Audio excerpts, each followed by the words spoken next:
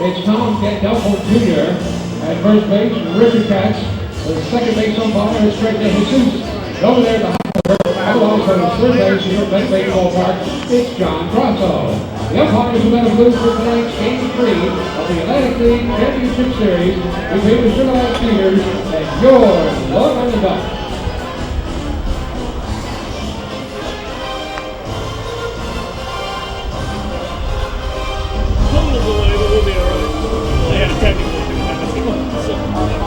I know. Final card now being exchanged and no plate between Sugar Land Skeeters manager Gary Gaetti and the manager. This is Long Island Ducks baseball. Justin Davies at the plate, the winning run at third. Crowd going nuts. Swung on, bouncing ball left side, off the mitt, up third baseman Brad Strauss. Here comes Willie Rodriguez. Justin Davies has done it again. The Ducks are one quack away from the championship. Jason Johnson makes the catch. He makes the catch, and the Long Island Ducks have swept the Camden River Sharks.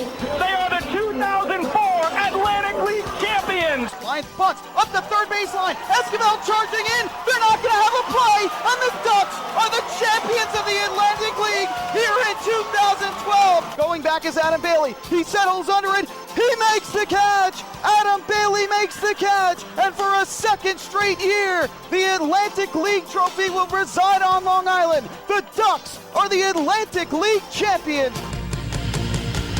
And now it's time for the Long Island Ducks Northwell Health Southside Hospital pregame show. Live from Bethpage Ballpark in Central Islip, New York, it's time once again for Long Island Ducks baseball. And tonight it's Game 3 of the 2016 Atlantic League Championship Series between the Long Island Ducks and the Sugar Land Skeeters, with the Skeeters holding a 2-0 lead.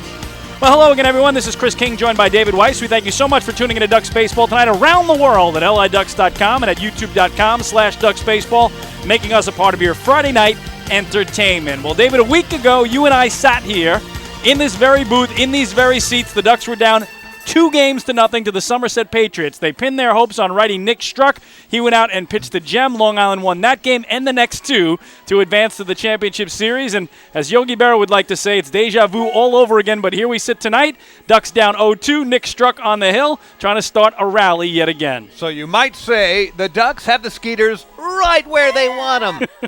Down 2-0. But if anyone knows the importance of home field advantage, it would be the Skeeters manager, Gary Gaetti, who played with the 1987 world champion Minnesota Twins in a World Series in which the home team won every single game. The Twins won the first two and the last two at home, and that's what the Ducks are looking for again here tonight, to repeat what they did in the first series against the Somerset Patriots. If the Ducks can do that, they will have championship banner number 4. Well, again, the Ducks have not won a road game in the playoffs. They are done on the road. They lost both games in Bridgewater, New Jersey, both games in Sugar Land, Texas, but they have not lost a home game as they swept the Somerset Patriots here last weekend, Friday, Saturday, and Sunday. So it should be a great game. We'll turn it over to the PA announcer right now, Bob O'Tone, the Bullet, for the introductions of both teams, starting with the visiting Sugar Land Skeeters, the 2016 Freedom Division champions.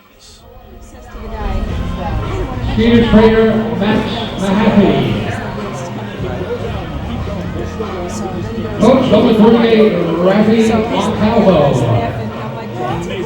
And the manager of the Sugar Land Skeeters, number 8, Gary Gaetti.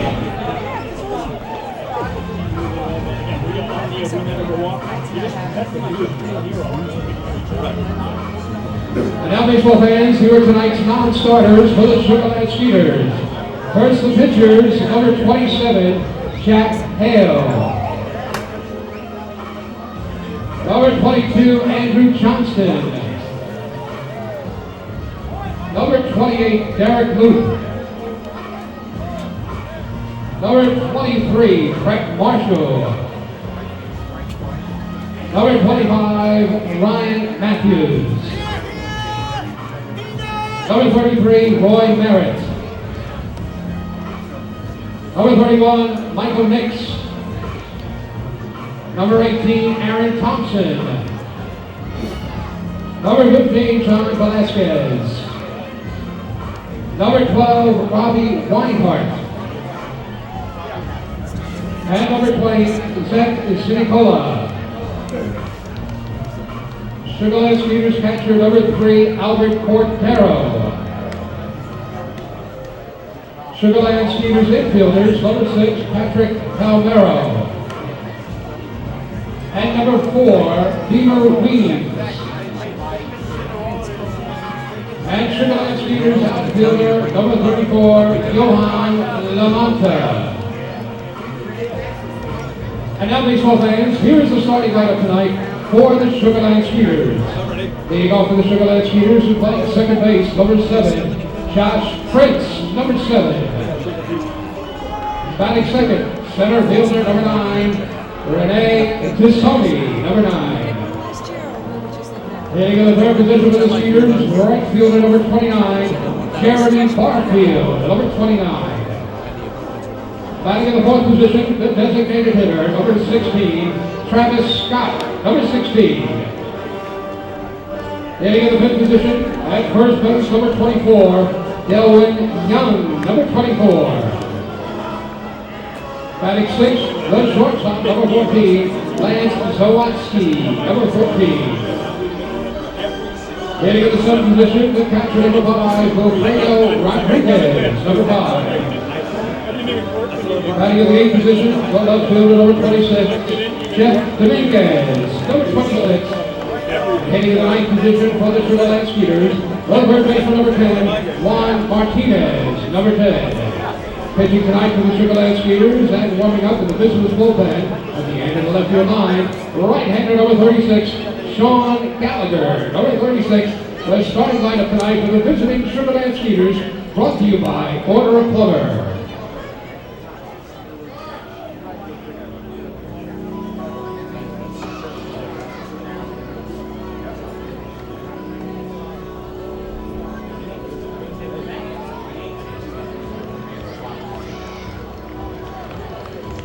And now, baseball fans, it's time to meet your 2016 Liberty Division champion, Long Island Ducks. Here's Long Island Ducks clubhouse manager, Emilio Cajero. Bullpen coach, number 19, Greg DePalma. First base coach, number 3, Buddy Harrelson. The manager of the Long Island Ducks, Kevin Baez. Long Island Ducks player, Chris Skora. And now, baseball fans, here are tonight's non-starters for your Long Island Ducks. The pitchers, number 18, Bobby Clemens, number 18. Number 7, John Brownell, number 7. Number 39, Danny Varala, number 39. Number 50, Todd Coffey, number 50. Number 14, Patrick Kreider, number 14. Number 38, Emilio Diaz, number 38. Number 13, Daniel Herrera. Number 44, Matt Larkins. Number 22, Jared Leverett. Number 40, James Lomangino. Number 28, Luis Perdomo. And number 9, Zach Treese, number 9.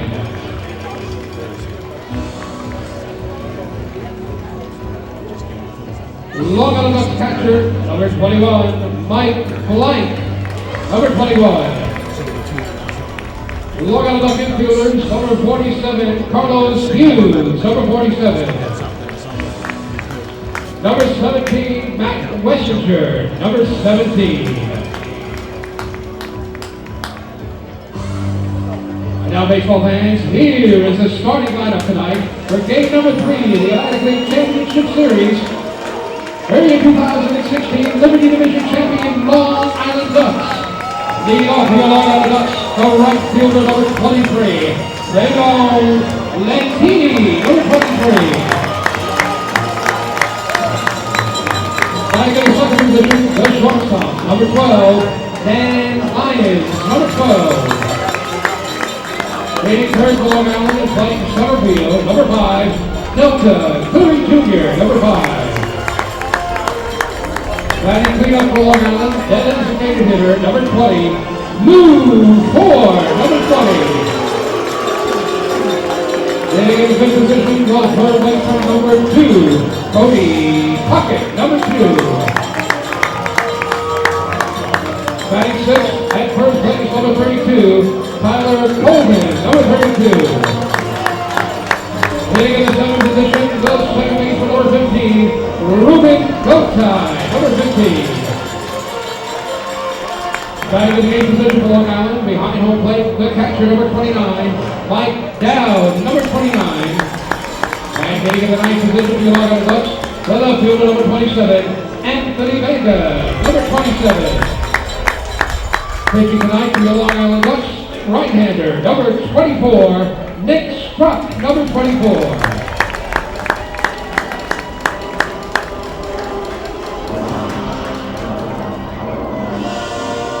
And baseball fans, the Long Island Ducks would like to thank the Junior Ducks for acting as tonight's fan tunnel in front of the Long Island Ducks dugout.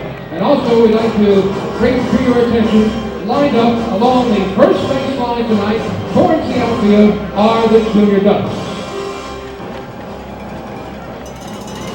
And last but not least, ladies and gentlemen, boys and girls, how about a nice hand to the New York area's #1 sports mascot. There he is, right in front of the Ducks dugout. It's the Long Island Ducks Quacker Jack.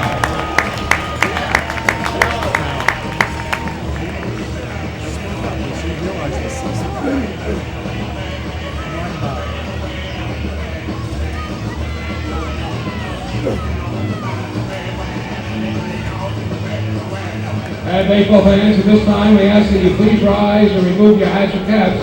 Tonight on this very important game, game number 3 of the Atlantic League Championship Series, the Long Island Ducks are very proud to present Janine Wilms, Michelle Sabori, and Frank Walker. They will lead us in the singing of our national anthem.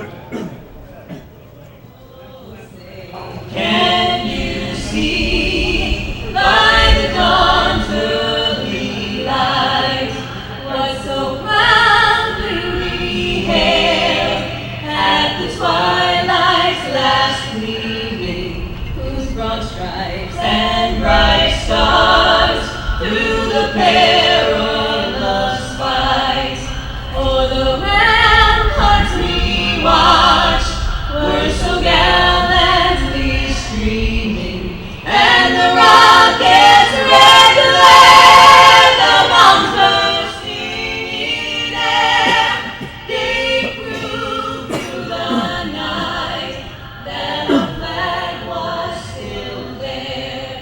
Oh, say does that star-spangled banner yet wave o'er the land of the free and the home of the brave? What a beautiful rendition of the Star-Spangled Banner from Janine Wilms, Michelle Sabori, and Frank Walker. What a threesome behind home plate to open things up for the Atlantic League Championship Series, game number 3. The Ducks, with their beaks up against the wall, they wouldn't have it any other way. Again, David Wise, Chris King, Bethpage Ballpark. Chris now takes a look at tonight's starting lineup. Well, first for Gary Gaetti's Sugarland Skeeters. Again, Freedom Division champions and up 2-0 in this best-of-5 Atlantic League Championship Series. Josh Prince leads it off at second base. Renee Tassoni, the two-man in center. Jeremy Barfield, the right fielder, hits third, and Travis Scott will be the DH and cleanup man. Delwyn Young at first base bats fifth. Hitting sixth, it's Lance Zawatsky, the shortstop. In the 7-hole, Walfredo Rodriguez, the catcher. Batting eighth, Jeff Dominguez, the left fielder. And hitting ninth and playing third base is Juan Martinez. All of that in support of the right-hander, Sean Gallagher. For Kevin Baez, Long Island Ducks, again the Liberty Division champions in 2016. Faylat Lentini leads it off in right field. Dan Lyons, the two-man at short. Delta Cleary Jr. in center field hitting third. And Lou Ford will DH and clean up. Cody Puckett at third base bats fifth. Tyler Colvin at first hits sixth. Batting seventh, it's Ruben Gotai, the second baseman. Hitting eighth, the catcher Mike Dowd. And patrolling left field and batting ninth, it is Anthony Vega. On the hill tonight for Long Island, the 26-year-old right-hander from Damascus, Oregon, 6 foot tall, 205-pound Nick Struck making his second start of the postseason. And David, we mentioned it, you and I sat here a week ago tonight. The Ducks were down 0-2 to the Somerset Patriots, and all Nick Struck did was go out and lead them to a 7-1 win with 7 innings of 4-hit, 1-run ball. He walked 2 and struck out 3. So he got them on that roll that eventually allowed them to win 3 straight against the Patriots, and he's hoping to do the same tonight here against the Skeeters. And was Nick Struck aggressive right out of the box or what? He went right after the Somerset Patriots. He wanted to show them from the very first pitch, I am in command. And the Patriots hardly had a hard-hit ball against Nick Struck. A gutty performance, one that the Ducks needed, which propelled them, I believe, to their second and third consecutive victories, 3 in a row, but it all started with Game 3 1 week ago tonight. And despite, David, the fact they're down 0-2 in this series and facing elimination immediately, they are a confident bunch because of what Nick Struck did in Game 3, and knowing they have Jarrett Leverett, who pitched so well in the opening round, and John Brownell, of course, who could go tomorrow as well. It's just about getting to tomorrow. So they are handing the ball to Nick, saying, get us to tomorrow. Then Kevin Byers will have a choice to make for that. If you get to Sunday, well, suddenly it's what they call Johnny Hallstaff, all hands on deck, with both teams just trying to win a championship in what could be a deciding Game 5. So again, we expect a terrific ball game here tonight. The weather, though, David, not really cooperating, but at least it's playable. It is. There's no rain right now. It was misty, drizzling, or even a steady rain at different points during the day. Today looked very wet. I'm sure the Ducks box office probably had lots and lots of phone calls, people asking, is the game still on? And the answer over and over again was yes, the game is on. When it comes to the grounds crew, no better a grounds crew to be found in professional baseball anywhere at any level. And this field drains well. It should not be all that slippery, although the weather may inhibit the fly balls to the outfield. Yep. So, and you've got the wind as well at different junctures today. The wind was whipping 35, 40 mile an hour gusts. Not quite that windy right now, but the wind is whipping in from right field. It's going to take quite a shot to hit it over the wall tonight. Now, the reason the Ducks are down 0-2 Tuesday night down in Sugar Land, Texas, they lost 7-1 in Game 1. And then Wednesday night, they lost 2-0 in Game 2. Yesterday, a travel day for both teams. And here we are set up for Game 3. Remember, the Ducks went 3-0 at home against the Somerset Patriots, David, and it was about the pitching. They allowed only 2 runs against in 27 innings to win those 3 games in advance to the championship series. It's going to have to be about the pitching again if they're to make it to Sunday afternoon in a deciding Game 5. Well, the Skeeters outslugging the York Revolution 3 straight. The Skeeters have a 5-game winning streak going in the postseason here, and the Ducks will have to snap that winning streak if they hope to stay alive and take it 1 game at a time. This is the game they need to win right in front of them. So we're ready for baseball. Nick Struck facing Josh Prince. The first pitch is a strike on the outside corner. 0-1. Public Transportation Services start time of the ball game is 6:41. 6:41 the start time. I'd say the first pitch temperature 60 on the nose. Let's see. Here we go. The official Public Transportation Services temperature of the ball game, 62 degrees. 62. So You were not far off, David. did not go over. Price is right. All right, count 1-1 to Josh Prince. Next pitch, inside corner, just missing. 2 balls and a strike to Prince. Regular season, 230. Leadoff batter for the Skeeters, 5 homers, 25 RBIs.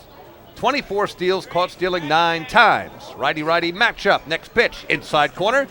Hits the black this time. It's 2-2. Man, that wind is picked up so strong now, David. It looks like it's pushing right from right field directly toward home plate. So really going to be hard for anybody to get one out, especially to right field tonight. 2-2 pitch to Josh Prince on the way. Skips in with a slider. Low and away. And the count full to Prince now at 3 balls and 2 strikes. Postseason thus far, Prince has played in all 5 postseason games for the Skeeters and is 5 for 20, a 250 clip. Next pitch, inside corner, just missing. Not what Nick Struck wanted to do. Facing his first batter of the game here tonight in Game 3, the dangerous Josh Prince with speed is aboard. A very close pitch. I think Nick felt he had the inside corner there. Didn't get the call from home plate umpire Tom Gandolfo Jr. and the leadoff man aboard for the Skeeters. And here's Rene Tassoni. Regular season, 301 average, just outside the top 10 in the league. 7 homers, 41 RBIs. And a 100% success rate in steals. Tassoni with speed of his own, 14 for 14, batting from the left side. And we mentioned Prince's speed, Josh Prince being held on at first base by Tyler Colvin. And swinging at the first pitch is Tassoni, hits it to left field. Anthony Vega is scooting over. The wind is taking it toward the foul line, and he catches it about 2 yards in fair territory along the left field line. So Tassoni swinging at the first pitch, and we have our first out of the game tonight. Well, David, you called it. That wind really took that ball toward the line and almost made it a foul ball on a ball that started out straight at the Ducks left fielder. So there's the first indication of how much the wind is going to be a factor tonight. Every fly ball could be an adventure, especially those on the infield. And here's Texas native Jeremy Barfield, the right fielder. He and Phelan Lantini, two of the most dynamic players this season, or any season in the Atlantic League, and they're facing each other tonight. Barfield with a home run cut, swing, and a miss. We can feel the breeze up here. I think it's the only thing stronger than the wind tonight was the breeze coming off that incredible swing by Barfield. Barfield, ninth in hitting in the Atlantic League this season at .306. 27 homers led the league. 85 runs batted in, tied for third in RBI this season. You look up and down every statistical category on the offensive side, you will see two names at or near the top, and that's Barfield, Lantini. In some cases, Lantini is leading the league in one department, Barfield second, or the other way around.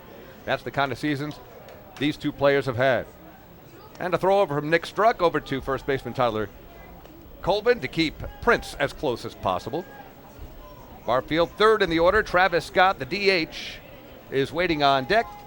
Scott, one of the heroes of game number 2 down in Sugarland. 0-1 pitch and a very nice save by catcher Mike Dowd. That was a slider that was low and away. I don't think Dowd knew he had it in his mitt. Looked around for it. It was right there at his feet. 1 ball and 1 strike to Barfield. They did a good job of finding it and keeping Josh Prince at first base with 1 out. And David, you talked about Barfield. I really wouldn't be surprised if Barfield and Lantini end up as co-MVPs of the Atlantic League. That's how close it was all year between the two of them for league's best player. Yeah, I agree. It's hard to separate these two. 1-1 the count with 1 down, 1 on. Top of the first. The ones are wild. Just underway. And as Nick Struck was about to go into his motion, Barfield steps out.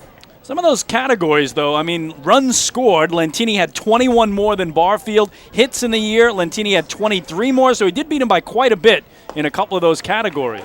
And the pitch to Barfield, inside corner strike, 1 ball and 2 strikes. Total bases, though, Barfield had 12 more than Lantini, and again, both players 1-2 in those categories in the Atlantic League. The difference is in terms of being a slugger. Barfield can hit it out. Lantini does it more with the speed. That's exactly right. 1-2 pitch on the way. Ground ball through the hole. No! Grab by Cody Puckett.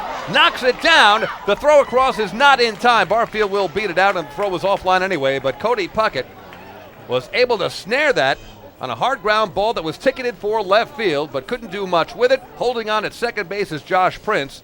So Barfield with the first hit of the game, an infield single, and there are 2 aboard with 1 out. Yeah, not sure if that prevented Josh Prince from going to third. I don't think, David, he would have tried for third on a ball hit out in front of him to left field had it got through, but a nice job by Cody of diving to his left, knocking it down, and then he did throw to first. It probably would have been better off just eating it, but the Skeeters here threatening in a scoreless game, top of the first. So we talked about Travis Scott, what he did in game number 2, a 2-run homer, supplying all the runs, a broken bat, grounder to the right side.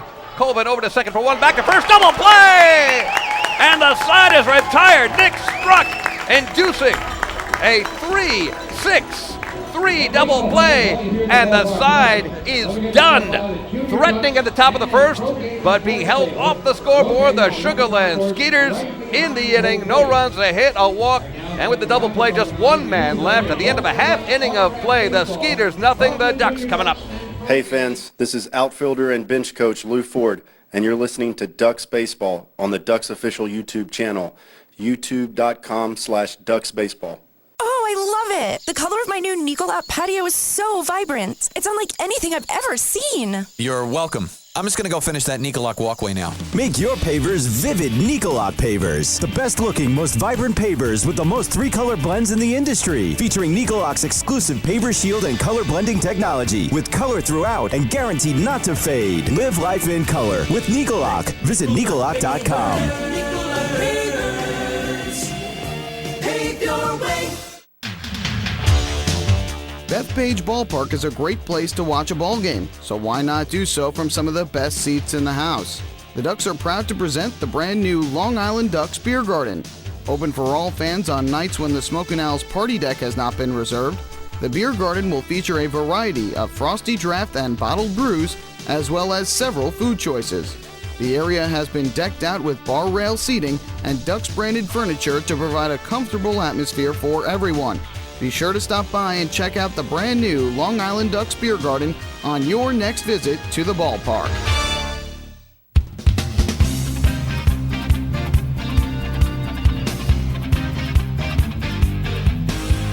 Well, the Ducks and Municipal Credit Union have teamed up this season to present the Walk with a Purpose promotion. Every time a Long Island Ducks player walks, Municipal Credit Union will make a donation to the Quacker Jack Foundation. Municipal Credit Union serving members since 1916. So it's Sean Gallagher on the mound for the Sugarland Skeeters. The way the top of the first ended, that was a 3-6-1 double play rather than the 3-6-3 that I had mentioned. Colvin to Dan Lyons, back to Nick Struck, covering beautifully at first base. Exactly what the Ductor ordered. Huge play, David. Ducks don't want to fall behind in a elimination game for them. Here's the aforementioned Phelan Lentini, who had quite a season, an all-star season in every respect, possibly a player of the year season as he takes inside. 1 ball and no strikes to Lentini. 313 on the season, 9 homers, 75 RBIs, 51 steals, caught stealing just 5 times. He is now ahead in the count, 2 balls and no strikes. Sean Gallagher, tied for 4th in the league, regular season in wins, 10 up and 8 down, ERA of 3.79. 27 games started, but led the league in walks, 66 of them, and he's behind 3-0 to Lentini, who takes a strike on the inside corner, 3-1. Yeah, just like the Ducks didn't want to put Josh Prince on, the last thing Sean Gallagher wants to do is put on the speedy Phelan Lentini. 3-1 pitch on the way. Again, same spot, inside portion of the plate. Lentini takes. It's 3-2. Yeah, the curveball, the big pitch for Sean Gallagher. That's his out pitch. Quickly into the windup. 3-2 pitch, foul left side. Count remains full. It's Lentini, Dan Lyons, Delta Cleary Jr., top of the order for the Long Island Ducks here in the bottom of the first inning in Game 3 of the 2016 Atlantic League Championship Series. The 2 division winners squaring off for the title. And up high to Lentini with a fastball. Phelan is aboard. So as big a mistake as walking Josh Prince in the top of the first, courtesy of Nick Struck, who got that inning-ending double play. In this case, Gallagher courting trouble in walking Lentini. First Municipal Credit Union walk with a purpose. Every time a Ducks batter walks, the Quacker Jack Foundation wins. So Lentini, as we mentioned, 51 steals, caught stealing only 5 times. Although last time we looked up, he was caught stealing twice. That was a week ago tonight. In the same game. That was incredible. Almost never happens. It may never have happened to Lentini. Dan Lyons takes it outside. 1 ball and no strikes. Danny on the season at 272, 7 homers, 49 RBIs. 4 for 26 thus far in 7 games played in the postseason. 1-0 pitch, up high again, 2 balls and no strikes. So that seems to be the early MO for the Long Island Ducks. Be patient. They know Sean Gallagher at times can lose the plate. He has yet to find it. Yeah, Gallagher hasn't pitched in 10 days, David, so a long time between starts since Game 1 of their series against York. 2-0 pitch on the way, right down Carlton Avenue for a strike. It's 2-1 to Lyons. And Lentini did steal a base down in Texas in Game 1 on Tuesday night, so that was his first successful steal of the playoffs. Gallagher with a long look in to battery mate Wilfredo Rodriguez. Coming set. And now the throw over. Diving back is Lentini. Not all that close, but Gallagher wants Phelan to know that he's thinking about him down there. Righty-righty matchup here at the plate.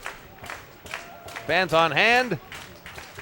Looking for the Ducks to break out on top here early. And Lyons swings. Fly ball left field. Coming in hard and falling in front of Jeff Dominguez. That's a single as Lyons holds on all the way to third base. It's Phelan Lentini. He saw that ball was going to drop in right away. Great base running by Lentini. Runners on the corners. Nobody out bottom of the first for the Ducks. No, David, I completely agree with you. There are a lot of runners who would have held up halfway, but he immediately sensed that Dominguez was not going to get to that ball as the wind pushed it toward the line, and he's able to go first to third on a ball hit out in front of him in the left field. So the great speed and base running smarts of Lentini has the Ducks set up now. Runners at the corners, nobody out. That wind is going to be a factor all night long. Anything hit in the air, especially to the outfield. Delta Cleary Jr., switch hitter, batting for the left side, swings, ground ball, foul, just a couple of yards wide of the first base bag. Delta finished third in hitting in the Atlantic League at .321, 3 homers, 52 RBIs. scored 51 runs along the way and has lots of speed himself. 32 steals as well. Great season for Delta. Open stance from the left side, and he takes inside. It's 1 ball and 1 strike. He was really struggling, David, going into Game 2 on Wednesday night down in Texas. He had been just 2 for 23 in the playoffs, but then he had a 3 for 4 game. He had 3 of the Ducks' 4 hits in that 2-0 loss in Game 2. Now 5 for 27 overall in the postseason. 1-1 pitch, smack foul down the left field line. Good swing by Delta, a little late on it, and it's 1 ball and 2 strikes. Again, Phelan Lentini, the leadoff walk. Dan Lyons, the bloop single down the left field line. Wind assisted. Lyons holding on at first base, but Lentini running all the way, streaking to third. And the Ducks looking to break out on top here in the bottom of the first. 1-2 the count. Pitch to Delta up high. Fastball, 2 balls, 2 strikes. Boy, Gallagher was working so quickly when nobody was on base, but since the Ducks have put a couple of runners on, he's really slowed his rhythm down here, and pretty much what you'd expect in a game that's this big, and again, a big threat here for the Ducks in the first. Coming set, Gallagher, 2-2 pitch. Again fouled out of play to the left side. Delta hanging in there. The Ducks again with runners on the corners and nobody out. Just underway, bottom of the first. Bethpage Ballpark. You're listening, you're in the area, seat waiting for you. Championship baseball here in Central Iceland. 2-2 the count. Coming set, Gallagher. And the pitch to Delta. Fouled straight back. Boy, he was right on that one. Just missing it. When a player takes a big swing and fouls it straight back, you know they just missed it. Count remains 2-2. Yeah, he is hoping that performance Wednesday night, David, the 3 for 4 game, was the real Delta Cleary Jr. arriving, and here a big early spot to try to put the home team on top. Once again, Gallagher coming set. 2-2 pitch on the way, well inside. That one nearly got away from Wilfredo Rodriguez. He saved it, saved a run. So the count now full at 3-2. Delta handles the bat as well as anyone. Would you put Dan Lyons in motion? I think I would here, David, just because, again, Lentini could break for home if they throw down. And he is going, and that one is down the left field line, but that wind is going to push it well foul. Boy, Delta got a lot of that one. Yep. We talked about the wind and now pushing everything from our right to left. And that one started out fair and quickly twisted foul, and the count remains full. Well, lots of Duck fans watching tonight. Lots of Skeeter fans, I'm sure, too, David, down in Texas, and particularly those in a viewing party tonight at the Pub Fountains in Stafford, Texas. Welcome. Great to have you aboard. 3-2 pitch, swing and a miss. Throw down to second base, not in time, and Lentini scores! On the double steal. Lentini comes across, the Ducks lead it 1-0 on a delayed double steal. How about that? A steal of home for Phelan Lentini. Exactly what I thought the Ducks might try if the Skeeters threw down to try to get Dan Lyons. They didn't get him. They didn't get Lentini. And the Ducks have a 1-0 lead in the bottom of the first. So Cleary strikes out, but the Ducks strike first with the first run of the game. Lyons taking off with the pitch. Lentini with the delayed steal of home. Lyons now in scoring position. And Lou Ford at the plate. Lou takes off the plate. It's 1 ball and no strikes. Lou DHing tonight. Injury-plagued season for Lou. Played in just 60 of the 140 games this season. 305, though. 5 homers, 30 RBIs. Next pitch, missing outside. And again, Sean Gallagher falling behind. It's 2 balls and no strikes. In the postseason thus far, Lou is 5 for 26 with a homer and 3 RBIs. Righty-righty matchup. Ducks looking for more. Already leading 1-0. Lou with a big cut, fouls it back to the netting. And it's 2 balls and a strike. Again, Gallagher pitched Game 1 against the York Revolution in the Freedom Division Championship Series 10 days ago, back on September 30th. Took a no decision in a 7-5 win, but he pitched very well. 5 innings of 6 hit, 1 earned run ball. But David, you talked about the walks. He walked 5 in that game, only struck out 2. 2-1 pitch to Lou as he takes a big swing, lifts it in the air, fly ball, foul territory, and will drift into the stands. I think on any other night, without that wind whipping, that thing is caught near the third base line. Instead, it's about 5 rows deep into the left field stands. Count remains 2-2. Good to see the seating bowl filling in a little more, David, as that light mist or drizzle has let up, so more and more folks are heading down from under the cover of the concourse where, again, they were standing a couple of deep just to stay out of the rain. 2-2 to Lou Ford. 1 on, 1 out. Pitch on the way, a swing and a miss. That was a good fastball, possibly hard slider from Sean Gallagher. So Gallagher has struck out 2 Ducks back-to-back and beak-to-beak. Delta Cleary Jr. swinging, Lou Ford swinging. Dan Lyons still at second base, but down 2 down, and it brings up third baseman Cody Puckett. Well, David, you talked about these Skeeters. They haven't lost a playoff game this year. They're 5-0 coming in. They also won the last 4 games of the regular season at home against Southern Maryland, so they come in with a 9-game overall winning streak. Cody Puckett at the plate. He takes a swing at the first pitch, and there's a foul near the Ducks dugout.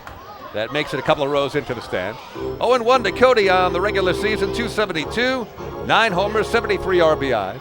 Postseason overall, he has played in every one of the Ducks' 7 postseason games. He's at 231, 6 for 26, looking for his first RBI, and he's in a ribby situation here with Lyons at second base. That's the shocker, David. You talked about his regular season. He was second on the team with those 73 runs batted in, but none in the playoffs. 0-1 pitch on the way, and Cody, big hack on a rising fastball. He missed it. No balls and 2 strikes. Tyler Colvin, first baseman for the Ducks, is waiting on deck. Yeah, Kevin Byas told me tonight, David, he doesn't know why the offense hasn't been there in the playoffs. Ducks are batting just .211 as a team. And again, the majority of their hitters have hit well below what they did in the regular season. Well, of course, the pitching they face in the playoffs is going to be better than what they face day in, day out in the regular season. Yep. High and tight to Cody. It's 1 ball and 2 strikes with 2 down. Ducks have scored a run here at the bottom of the first in Game 3 of the Atlantic League Championship Series for 2016. Trailing 2-0. Ducks have to have this one, and are off to a good start. It was a delayed double steal, a steal of home for Phelan Lentini, hitting the Ducks on the board. And there's a ground ball, broken bat, taken by third baseman Juan Martinez. The throw across to first baseman Delvin Young is in time. So Cody hitting it to his counterpart at third base, and the side retired. However, the Ducks get a run. 1 hit, a walk, and there were 2 steals, a double steal, in fact, that led to the run. At the end of an inning of play here at Bethpage Ballpark, Game 3 Atlantic League Championship Series, Ducks 1, Skeeters nothing. Hi, this is pitcher John Brownell, and you're listening to Ducks Baseball on the Ducks official YouTube channel, youtube.com/Ducks Baseball. Municipal Credit Union is a proud sponsor of the Long Island Ducks. For 100 years, MCU has helped New Yorkers achieve their goals with competitive financial products and services. Meet your important or unexpected needs with an MCU personal loan. Whether it's the cost of moving, a family vacation, or even home repairs, an MCU personal loan is a simple solution. To learn more about how an MCU personal loan can work for you, visit nymcu.org today. MCU, celebrating 100 years of service. M&V Limousines is the official bus company of the Long Island Ducks. Family owned and operated, they've been in the business for over 23 years. M&V Limousines offers coach buses with Wi-Fi and restrooms, party buses, exotic limousines, and so much more. Whether you're looking for transportation for weddings, proms, corporate outings, or long-distance trips, they've got the right vehicle for you. Visit their showroom in Comac or check them out online at mvlimo.com. M&V Limousines, the official bus company of the Long Island Ducks.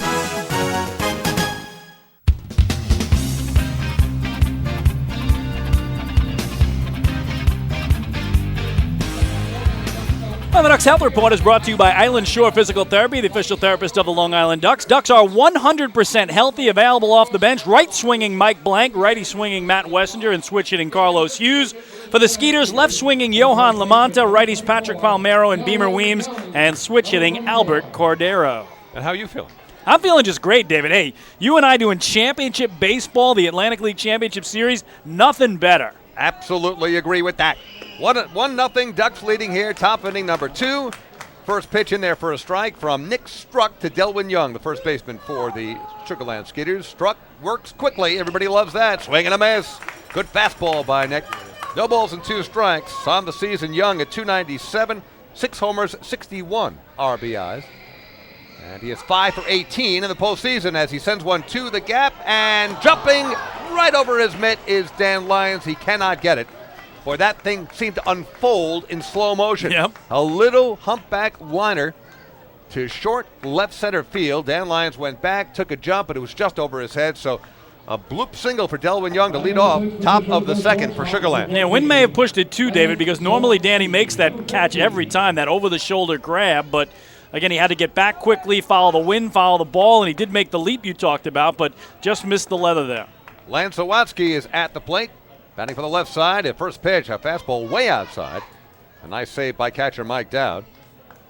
Zawatsky at 268 in the regular year, as Vin Scully would love to say. 3 homers, 9 RBIs, and our best to Vin, who is wrapping up his incredible career this weekend.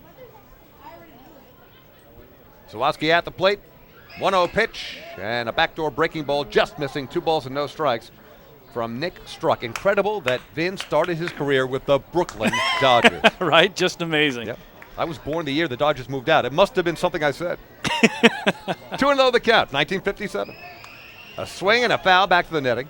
That's now 2 balls and a strike to Zawatsky, who is 5 for 19 in the postseason with a homer and 2 RBIs. Well, David, in honor of Vin, pull up a seat. We're just getting started. Pull up a chair. Pull up a chair. 2-1 pitch. There's a ground ball taken on a couple of hops by Tyler Colvin. Over to Dan Lyons for 1. Back to first in time. Yes! Double play! And once again, pitcher covering Nick Struck. So as quickly as that, the bases are cleared for the second time in this game. A 3-6-1 double play pulled off beautifully. Yeah, concern though for Delwyn Young out at second, David. I think when he was trying that takeout slide on Dan Lyons, he may have injured himself. He's pulled that helmet off, and he's very slow making his way to the third base dugout along with the trainer for the Sugar Land Skeeters. But wow, a pair of 3-6-1 double plays, and Nick Struck looking like Mark Teixeira over there. Did you see that full split? Absolutely. He did the full split to rein in the throw from Danny Lyons. So Struck not only doing it with the arm, he's doing it with the glove and the legs, and got a pair of putouts over there at first base. By the way, every component of that play is important. Tyler Colvin with 2 beautiful throws to Dan Lyons. That really sets it up. And, of course, Danny, anybody better in making the turn at second base on a double play? No. So 3-6-1 double play for the second consecutive inning. 2 outs, nobody on. Wilfredo Rodriguez, the catcher for Sugar Land, batting from the right side against Nick Struck, who gets a slider on the outside corner. First strike, 0-1. Rodriguez at 288. In the regular season, 7 homers, 32 RBIs. 0-1 pitch on the way. Up high. 1 ball and 1 strike. Skeeters, David, trying to win a championship tonight in their 5th anniversary season. That's exactly when the Ducks won their first championship, their 5th season, 04. Big home run, hack and a miss. Rodriguez now in a 1-2 hole. That's right. Ducks made the playoffs for the first time in 2004. Sugar Land has already made the playoffs and been to a championship series. 1-2 pitch in there. Call strike 3. Nick Struck with a struck out of Wilfredo Rodriguez, his first struck out of the game in the inning. No runs ahead. There was a double play and nobody left. At the end of an inning and a half, we go to the bottom of inning 2 at Bethpage Ballpark. Game 3 Atlantic League Championship Series. Ducks leading the Skeeters 1-0. Hi, this is shortstop Dan Lyons. You can follow me on Twitter at @TheDannyLyons, and you're listening to Ducks Baseball on the Ducks official YouTube channel, youtube.com/DucksBaseball. Hey, PSEG Long Island customers. Want to learn how to save on your electric bill? Here's one way. You can save up to $100 each year by simply replacing 10 incandescent bulbs with CFL or LED bulbs. Want to save even more? Take our online home energy survey. It's free. It takes just 10 minutes to complete, and it may save you hundreds more. Find out about our energy efficiency programs at www.pseglyny.com/savemoney. Have your birthday at the ballpark this season and celebrate with the flock. Kona Ice birthday party packages with the Long Island Ducks are now available. Each package includes 10 box seats, a commemorative birthday t-shirt and autographed baseball, a pizza and Kona Ice party in the Hebrew National Picnic area, and so much more. Best of all, the birthday child will stand on the dugout while the entire crowd sings happy birthday. Reserve your party today by calling the group sales department at 631-940-3825. Kona Ice birthday parties with the Long Island Ducks, a once-in-a-lifetime experience.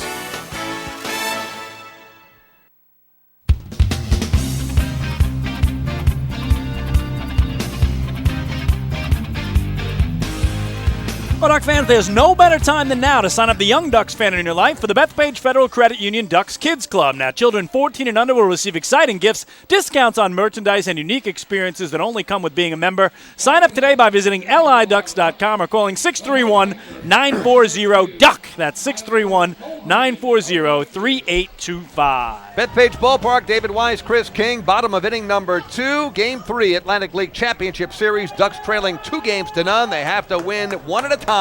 They win 3 in a row. They are champions for the 4th time in their history. At the plate, Tyler Colvin takes a strike on a fastball from Sean Gallagher. Back on July 1st, Chris King and I sat here in this broadcast booth and saw Gallagher pitch a beauty. 6 innings of 5-hit shutout ball. He walked 2, he struck out 9, and left with a 4-0 lead. However, Long Island scored 8 runs in the bottom of the 7th inning and went on to win 8-4. So a wasted effort from Gallagher there, but he was tough that night. 0-2 pitch to Colvin is a ground ball. Big hopper taken by the first baseman, Delwyn Young. The throw to the pitcher covering is just in time. He dropped the ball. The ball's dropped. Yep. So that's going to go as an error on someone. Probably the pitcher, Sean Gallagher, and Tyler Colvin is aboard. He did beat. Gallagher did beat Colvin to the bag, but the ball dropped. Man, David, that's why I'm surprised it is being scored a hit, because we saw the bang on the bag, and Gallagher's foot did touch it before Colvin's foot, but it is just going to be scored an infield single for Tyler Colvin. Regardless, Colvin is aboard. He'll take the hit. Ruben Gotay is at the plate. Second baseman for the Ducks, the former major leaguer. That patented stance at the plate from the left side, putting his weight on the back foot and up on the right toe as he takes outside. 1 ball and no strikes. Colvin, not much of a threat to steal. He hasn't even attempted one this season. Short lead at first base, being held on by first baseman Delwyn Young. 1-0 pitch to Gotay is up high again. 2 balls and no strikes. More often than not here early on, Gallagher has been pitching from behind, and that is a recipe for trouble. And that's what Nick Struck did so well a week ago tonight in beating Somerset in Game 3. Every batter, it seemed, got strike 1 on that first pitch. 2-0 pitch to Gotay, and that's a strike. Right down the pike. It's 2 balls and a strike to Ruben on the season. Gotay at 275, 7 homers, 63 RBIs, 41 runs scored. Gotay 5 for 23 in the postseason to this point through 7 games. 2-1 pitch on the way, a swing and a miss. Good changeup. I think Gotay might have gotten just a piece of it at the plate. And the count now even at 2 balls and 2 strikes. Mike Dowd, Ducks catcher, waiting on deck. Tyler Colvin aboard on an infield hit. Ducks with a 1-0 lead and get the leadoff runner on for the 2nd consecutive inning. Wind has died down a bit, but still blowing in from right field. Moist evening. It was a very moist day across the area today. 2-2 pitch, and there's a foul down the left field line. Gotay late on that fastball, and it's still 2-2. Well, David, you talked about the walks for Sean Gallagher. 66 of them to lead the Atlantic League this year, and I have a feeling Kevin Byers told his guys, hey, be patient. This is a guy who walks a lot of batters if you let him. So, again, don't be first pitch swinging. Try to work yourself deep into the count and then see if you can find a way on. Again, the count 2-2. Pitch to Gotay, and he hits it straight up in the air above our heads. Looks like it'll make it to the club section above us. And the count remains 2-2. The Ducks won the season series from Sugar Land in the regular season 11-9. So if you factor in the playoffs, they're now tied at 11 up. At one point from early June to early July, the Ducks had beaten Sugar Land 5 in a row. 2-2 pitch to Gotay. Call strike 3, inside corner. Not sure if Ruben agrees, but he's retired. 3rd strikeout by Sean Gallagher, 1 down. And it really, David, was the road trip down to Sugar Land at the end of the regular season that changed everything around for the Ducks. They had gone 11 straight series without winning a series. They were 0-10-1 in their last 11 series. So they'd lost 10 series, split 1, but they won 2 of 3 in Sugar Land. They won 3 of 4 in York, and then they used that momentum to beat Somerset in the come-from-behind win. Catcher Mike Dowd at the plate, swinging at the first pitch, bouncing to short. Lansawatsky over to second for 1, back to first, double play, 6-4-3. 3rd double play turned this game. The Ducks have 2 of them, 3-6-1. In this case, 6-4-3 turned by the Sugar Land Skeeters, and the side is retired. No runs, a hit with the DP. Nobody left. We have finished 2 at Bethpage Ballpark, and the score, Long Island 1, Sugar Land nothing. Hi, this is manager Kevin Baez, and you're listening to Ducks Baseball on the Ducks official YouTube channel, youtube.com/Ducks Baseball. James Simmons is going back. He is looking up, and on the Park Night, that one is gone and reaches a kennel in Central Islip. That was another home run for the Ducks. And Duck fans, what's more fun than a home run that helps the Ducks win a game? How about a homer that helps the community win? Chappie's Funeral Home and the Long Island Ducks have once again teamed up for the Chappie's Home Run Challenge. If the Ducks hit 100 homers this season, Chappie's Funeral Home will donate $5,000 to the Quackerjack Foundation. So every time a Ducks hitter goes deep this season, watch for the Chappie's Challenge home run count on the scoreboard. And if we reach 100, we're all a winner. Chappie's Funeral Home, where caring for others is a family tradition. Can't get enough of the Long Island Ducks? Well, now you can get even more inside info on your favorite hometown team through Facebook and Twitter. The Ducks are constantly updating fans through social media with scores, transactions, ballpark promotions, and much more. You can even win great prizes. All you'll need to do is make a free account on Facebook and Twitter, and then visit us at facebook.com/LIDucks and twitter.com/LIDucks. Think you're Long Island's biggest Ducks fan? Get connected now.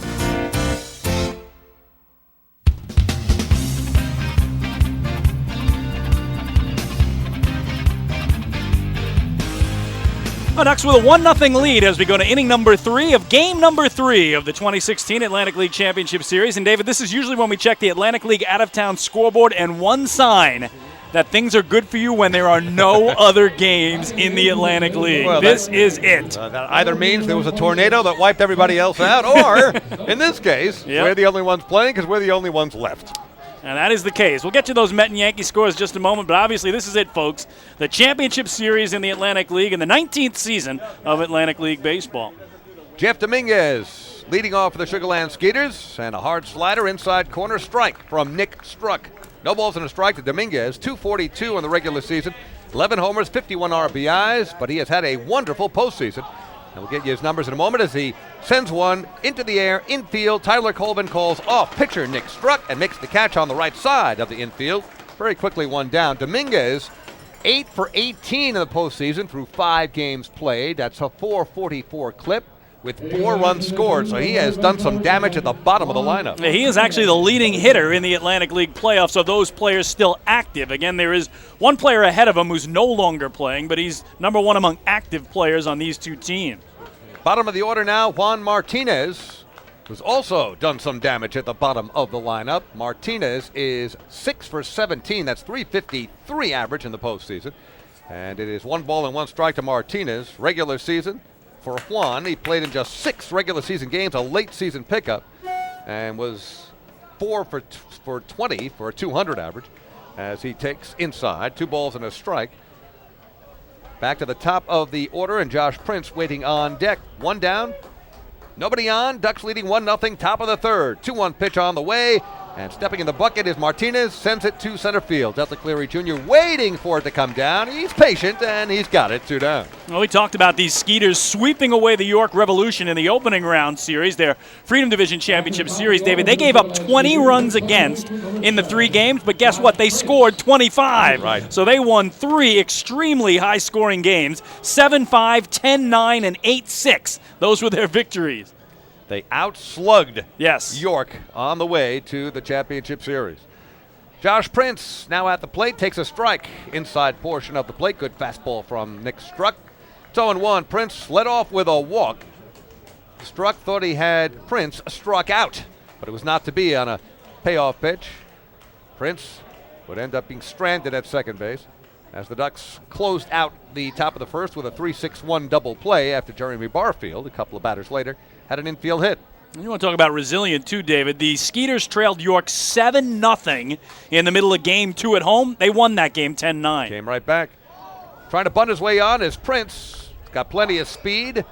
Let it went off his bat toward the Ducks dugout and goes down as a strike. No balls and 2 strikes, so Prince will not be bunting here. Yeah, they got it all back in 1 inning as well. They got an 8-run inning trailing 7-0. They can score runs in bunches. They are a dangerous bunch. 0-2 pitch, and Prince with a late swing fouls it back to the netting. And the count remains 0-2 with 2 down. Top of inning number 3. The Ducks with an early 1-0 lead. Some fans are still coming into the ballpark, beginning to fill in. You can probably hear the wind whipping against our microphones. Yep. It is a breezy evening. It's been a raw day. Yes, a little more football weather than baseball. It is. I'll tell you, it's playable. Yep. And the field in great shape. 0-2 pitch to Josh Prince on the way. Coming sidearm is Nick Struck, giving Prince a different look. And misses up high, 1-2. Yeah, our microphone, David, that picks up the game sound has a thing on it called a windscreen. I think we need a refund because the wind is whipping right through it. Need more than a windscreen, need a wind door. 1-2. Pitch is inside. And once again, Nick Struck coming down to 3/4, dropping down with a kind of a sidearm delivery, and it's 2 balls and 2 strikes. Grenade to Sony, waiting on deck. Righty-righty matchup here. Ducks want a strikeout. 2-2 pitch inside again. Nick just missing. And we'll see what he dials up here with catcher mic'd out. Might try going outside since he's been pounding Prince inside. Count is full. Payoff pitch on the way to Josh Prince. And there's a slider and a ground ball to Cody Puckett. Quickly throw across is in time to Tyler Colvin.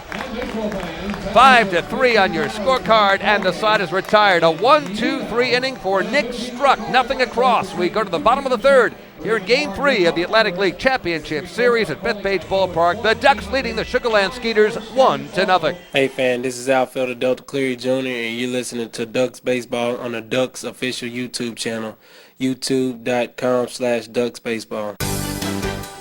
Long Island's Ford Giant is bigger and better than ever. Sayville Ford celebrating the grand opening of their new state-of-the-art showroom featuring enclosed service drives, luxurious customer lounge, and a larger selection to choose from. Get giant savings on hundreds of new and used vehicles in stock. Sayville Ford's grand opening celebration is going on now. Visit SayvilleFord.com or download the Sayville Ford app today to learn more about Sayville Ford's grand opening savings. Call 631-589-4800 today.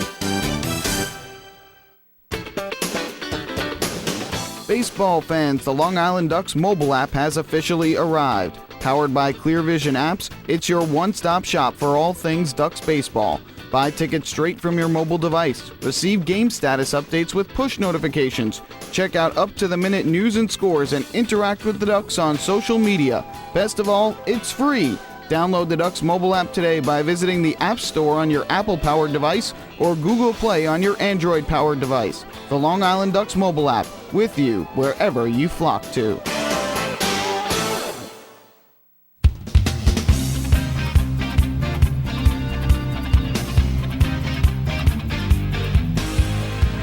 Well, hey, Duck fans, the final out of the top of the third inning was the 15th out of tonight's ball game. Now, did you know that a 15-minute call to Geico could save you 15% or more on your car insurance? Get a free quote today. Call 1-800-947-AUTO.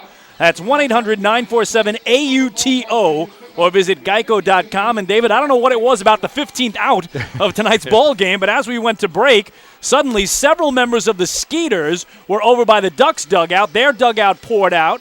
The bullpens both emptied. No punches were thrown, but a lot of yelling, and Ruben Gotay appeared to be involved for the Ducks. I'm not sure who was leading the charge for the Skeeters, but you know what? Cooler heads prevailed in a championship game. The last thing you want to do is get yourself thrown out. We have no idea what it was about. Ruben Gotay was not involved in that final play in the top of inning number 3. It was a bounce out to the Long Island Ducks. Cody Puckett throw across to Tyler Colvin, and that was the third out. But something happened. Ruben Gotay was really hot, had to be yanked away as he was yelling at somebody. And as we said, no punches thrown. There was really no pushing and shoving, but a lot of players like Canis Hardees were packed together right near the Ducks dugout, and we're not sure what set it off, but we'll see where it goes from here. Tempers did flare. Home plate umpire Tom Gandolfo Jr. now saying something to Gary Gaetti as he talked to his crew. So now he's going out.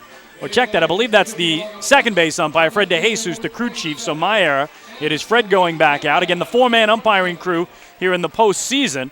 So we'll keep an eye on that situation. Again, we really don't know what started it, but a good job by the umpires and everybody to calm down and separate. Anthony Vega looking to bunt his way on, yanks the bat away and takes inside. 1 ball and no strikes to the Ducks left fielder from the Sugarland righty, Sean Gallagher. Vega, regular season, 249, 11 homers, 45 RBIs. Vega has great speed led off for a good chunk of the season, does strike out more than skipper Kevin Baez would like, but at the bottom of the order, very dangerous. 2-0 pitch, hits the outside corner, a strike, 2-1. Vega in the playoffs has played in 6 of the 7 games, 5 for 18. He has a homer and 3 RBIs as he takes outside, 3 balls and a strike. That's it. Vega gets on. He's dangerous. 24 steals this season. And that homer, David, was in Game 4, a 2-run homer and a 2-0 win, probably the biggest hit of the playoffs this year. 3-1 pitch, had the plate downstairs. That's a free pass to Anthony Vega. For the second time in 3 innings, Sean Gallagher, who led the league in walks in the regular season, has walked the leadoff man. Anthony Vega is aboard. Second walk given up by Gallagher. So another Municipal Credit Union walk with a purpose. Every time a Ducks batter walks, the Quackerjack Foundation wins. And Phelan Lentini checking down with Kevin Baez, the skipper of the Ducks, as he goes through the signs down at third. Lentini walked in the top of the first, and a couple of batters later, he would steal home with Dan Lyons at the plate, in fact, or Delta Cleary at the plate, as Lentini, the very first pitch, fouls out to the catcher. Wilfredo Rodriguez very quickly one down. Lentini upset with himself. I think Gallagher did a good job there, David. A high fastball is what you're told to deliver if you think it might be a bunting situation, and Lentini clearly well under it, an easy catch for Rodriguez, who did it the smart way with that catcher's mitt, just stuck it out basket style and let it land in there for the first out. So Lentini trying to bunt for a base hit, or at the very least to move Vega up. Dan Lyons at the plate now with 1 on, 1 out. Ducks leading 1-0. Bottom of the third. Lyons with a bloop single to left, his first time up. And he lines one over the head of second baseman Josh Prince. That's a base hit. Settling in at second base is Anthony Vega. He had half a mind to try to go to third, but the ball came in very quickly from right fielder Jeremy Barfield, who's got a bazooka for an arm. So Dan Lyons with his second hit in 3 innings, a single this time the opposite way to right. Vega at second, 2 on, 1 out. Well, good to see Dan Lyons breaking out, a playoff hero obviously back in 2012 and 2013 for the Long Island Ducks. When 2012 especially, the bunt hurt round Long Island in the deciding game against the Lancaster Barnstormers to bring home Matt Esquivel with a championship-winning run. Switch hitting Delta Cleary Jr. batting from the left side against the righty Gallagher. 2 on, 1 out. Delta takes a strike outside corner. 0-1. Delta struck out his first time up. Back in inning number 1, Sean Gallagher struck out Delta and Lou Ford back-to-back. Standing in from the left. 0-1 pitch downstairs. Nice save by Wilfredo Rodriguez. No advance by either runner. Dan Lyons at first base. Anthony Vega at second. Vega with lots of speed as the lead runner.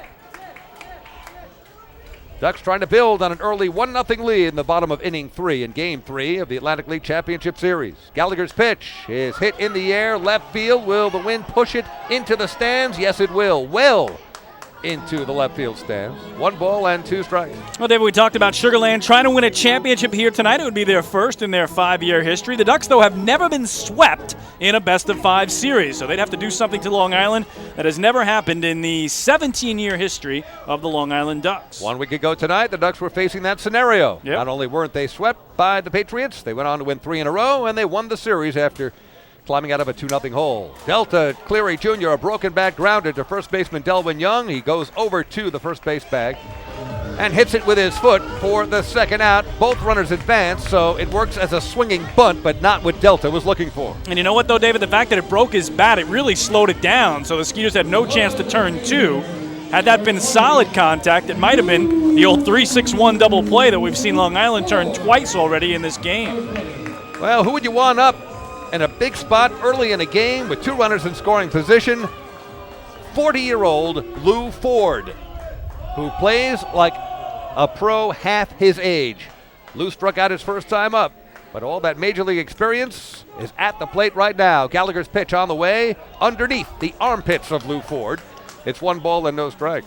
Again, just so clutch, David, and you put 2 runners in scoring position for him with 2 outs, chances are he's going to come through. Righty-righty matchup. Lou with the slightly closed stance at the plate. 1-0 pitch is on the way. That was a big hook.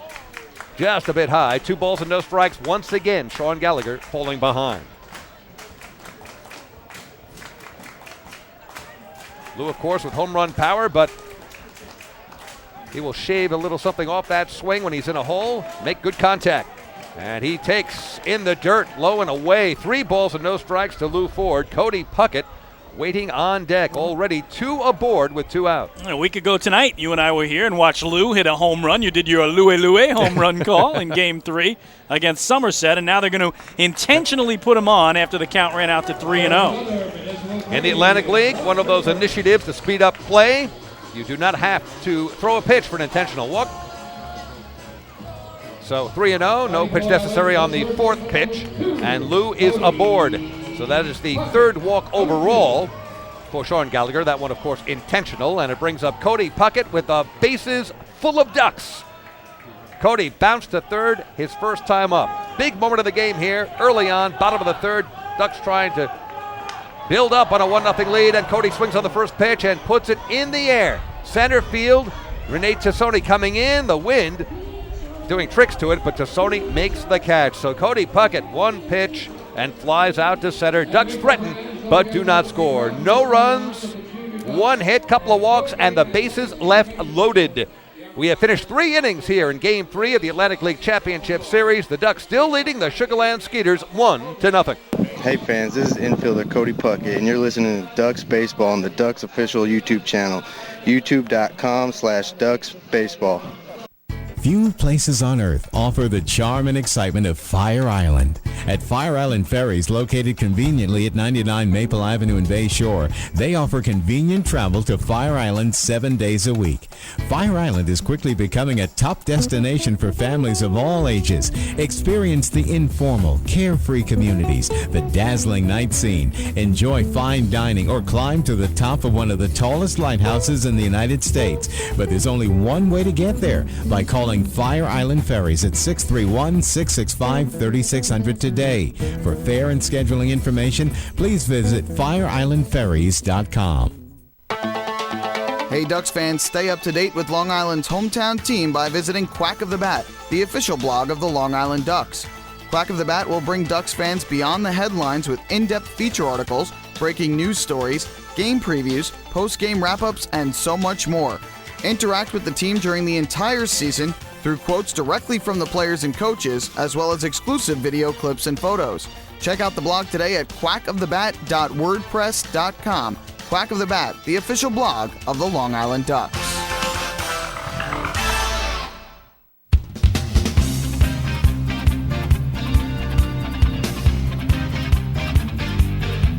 Back at Bethpage Ballpark, Ducks leading 1-0, going to the top of inning 4 against the Sugarland Skeeters in the Atlantic League Championship Series. Take you along for the next 4. Here's Chris King. Well, thank you very much, David Weiss. Again, for Long Island, a run on 3 hits, no errors for the Skeeters. No runs, 2 hits, no errors. And Renee Tassoni takes ball 1 from Nick Struck. So 4th inning underway. Ducks with a 1-0 lead. Tassoni pulls it on the ground to second. Easy play for Ruben Gotay, and there's 1 away. So I'll get to our 4th inning trivia in just a minute. Give you the question here in the top of the inning, the answer in the bottom of the frame, and it concerns what the Sugarland Skeeters are trying to do tonight, David. They are trying to win a championship, but do it going undefeated in the playoffs, okay? There have only been 2 other teams that have ever won an Atlantic League championship going undefeated in the playoffs. So name the only 2 teams that have ever done it, as here's Jeremy Barfield, and he takes up high. Now here's a hint, okay?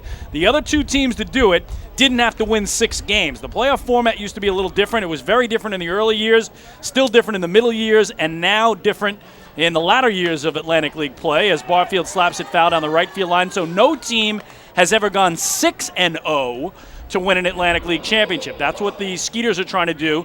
Name the only 2 teams, though, that were undefeated in the playoffs on their way to a championship. So some of those years you had to factor in a best 2 out of 3. Yeah, there you go. Here, Barfield puts it up the middle. Lions diving attempt to his left to try to knock it down, but it's through him, and the tying run aboard with 1 away as Barfield is 2 for 2 now tonight for the Skeeters. So how do you like that? Jeremy Barfield with an infield hit, and this one just a seeing eye single that went under the glove of Dan Lyons, gave it a great attempt. Jeremy Barfield, who can slug his way around any ballpark, maybe even the Grand Canyon, can hit it out of anywhere, but is 2 for 2, hasn't hit the ball that hard yet. Again, the son of the former Yankee, Jesse Barfield, and the brother of Josh Barfield, also a Major League player.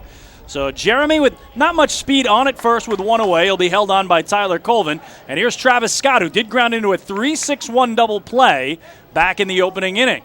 Here he takes a slider in there for a strike from Struck, and the count 0-1 on Scott. So this is exactly where Nick Struck was in the first inning. Barfield at first with one away, and he got Scott to pull it to first. Tyler Colvin to Dan Lyons, back to Struck, and the inning was over. 0-1 is in the air to center field this time. That'll get down for a base hit. So now the tying run in scoring position, the go-ahead run at first with one away for the Skeeters here in the visitors' fourth. And once again, the ball not hit very hard. Travis Scott off the end of the bat, but just flaring it to center field. So again, 2 runners on, as there were in the first inning. A 1-2-3 inning for Nick Struck in the third, but in the first 2 innings, that 3-6-1 double play twice with Nick getting the final put out at first base, bailing himself out. We'll see if he can do it again. Well, here's Delwyn Young. He singled to left center back in the second inning. He's 1 for 1. Big spot for him here, again with Barfield at second and Scott at first, and only one away. Skeeters down 1-0 here in the visitors' fourth. Struck checks Barfield. The pitch is just outside for ball 1. And Nick Struck's second year with the Ducks, second year in the Atlantic League, and his 7th year of professional baseball. Last year, mostly a reliever for the Ducks. This year, a reliever to start, and then became a starter out of necessity when the Ducks lost 4 pitchers in the month of July. 4 starters. The 1-0 here is popped up foul behind home plate. They lost 2 starters to affiliated ball, 2 starters to Taiwan. Nick Struck said, hey, I've been a starter almost my whole career. Let me have a shot at it, and David, he's been terrific ever since. He has. 9 regular season starts, and after he became a starter, nothing but quality starts. Yeah, just incredible. So here he is again trying to get the Ducks back in the series, down 2-0. It'll be a 1-1 coming to Young, and that back door just missed for ball 2. And no major league experience for Nick. He had 5 years of affiliated ball, going from single A through triple A, most of that in the Cubs organization, 4 years there, and then 1 year in the Dodgers organization before coming to Long Island. He checks second, long stare at Barfield, and then the 2-1. And then on the ground to the right side, Gotay to his left has it, but only one play to first. And moving 2 runners over is Delwyn Young, but now 2 away for Lance Zawadski. So you got Barfield to third, Travis Scott crosses over to second base, so 2 runners in scoring position now. However, there are 2 down. That one not hit nearly hard enough to do anything but to toss it to first, which is exactly what Ruben Gotay did. So what a spot for Zawadski here. Again, Skeeters down a run in the top of the 4th, but now the tying run at third, the go-ahead run at second. So a base hit could put Sugarland on top for the first time tonight. Biggest jam that Nick Struck has been in yet in this game. In fact, first time tonight, the Skeeters get a man to third base against Struck and the Flock. So he'll bear down here. Zawadski takes a curve that backdoors in there for a strike, 0-1. Lance grounded into a 3-6-1 double play, his only time up back in the second. I'm going way out on a limb here and guessing that this year, Lance is the only player with 2 Z's in his last name. Now you're going to have to look it up, right? I'm going to have to think about it. Here's the 0-1. And he swings through it, 0-2. I mentioned it, but I thought about it when I saw Zek Zinicola run out there. He's ZZ for the Skeeters as he was introduced before tonight's game, but that's only 1 Z in each name. But, boy, Zek Zinicola had to be last in school at everything, right, David? Absolutely. Matter of fact, there was a sportscaster I knew back up in Boston years ago, Zip Rizeppa. Yeah, plenty of Z's. Crowd gets behind Struck. It's taken the other way, though, down the left field line, and that is a fair ball. It'll go to the corner. Barfield scores. Scott scores. It's a 2-out, 2-run double for Lance Zawadski, and Sugarland has their first lead of the night. It is 2-1 Skeeters. Boy, gives Zawadski a lot of credit there. He didn't try to do too much with it. He went with the pitch. He's on the outside portion of the plate, and he went the other way. The wind whipped it away from Anthony Vega. He wasn't going to catch up with it anyway. A couple of hops up against the wall. Zawadski and the Sugarland Skeeters now up 2-1. So RBIs 3 and 4 of the playoffs for Zawadski. A huge 2-out knock the other way. And here's Wilfredo Rodriguez swinging through the first pitch by Nick Struck. So Nick Struck was that close to wiggling out of the inning at 0-2 before Zawadski took the pitch the other way and brought home Barfield and Scott. Rodriguez struck out looking in his only previous at-bat. And here he takes out of the zone 1 ball and 1 strike. So again, the Ducks a single run in the bottom of the first on a steal of home by Phelan Lentini on the back end of a double steal, and it held up until the hit by Zawadski brought home a pair.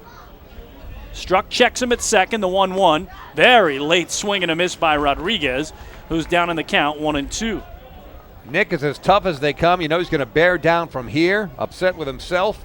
Although not much you can do there. Zawaski, good piece of hitting. So now he'll try to get Rodriguez and end the threat here as he comes set. Checks second, the 1-2. Swing and a miss. He struck him out for the second time tonight. His only 2 Ks tonight have both been Rodriguez, one looking and one swinging. But the damage done. The Skeeters get a run on 3 hits and leave 1. We go to the bottom of the 4th in Central Islip for the first time tonight. Sugar Land on top, 2-1 in favor of the Skeeters. Hi, this is Bud Harrelson, and you're listening to Ducks Baseball on the Ducks official YouTube channel, youtube.com/DucksBaseball. Hey, Ducks fans, the official hotel of the Long Island Ducks is the Upsky Long Island Hotel in Hauppauge. It's centrally located on the north shore of Long Island and offers a home away from home for both business and leisure guests. The Upsky Long Island Hotel features an indoor pool, 24-hour business center, a fitness center, and complimentary Wi-Fi in all guest rooms. Enjoy the contemporary American cuisine at the Fountain Grill restaurant or grab a quick bite to eat at Cafe Pronto. Best of all, it's only minutes from Bethpage Ballpark. The Upsky Long Island Hotel, the official hotel of the Long Island Ducks. Call 231-1100 today. That's 631-231-1100. Family fun every time. Beautiful evening for baseball. Big action every time. He reaches up. It's gone! Great value every time. And the Ducks have won it 7-1. The Ducks schedule is loaded with new promotions this season. And with an average ticket price of just $10 and free parking, there is no better value on Long Island. For game times and tickets, visit liducks.com. Long Island Ducks Baseball. Good times every time.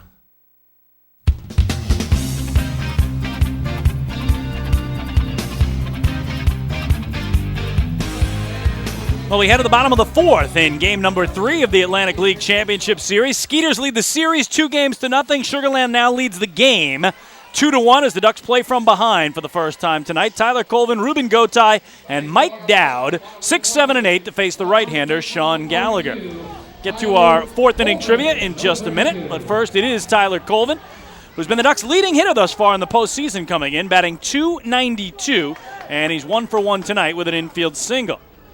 Takes the first pitch from Gallagher for a strike, 0-1. So again, the Skeeters trying to run the table. With a win tonight, they'd go 6-0 in the playoffs after sweeping away York in the Freedom Division Championship Series and win the title. Here a curveball high. It's 1-1 to Colvin.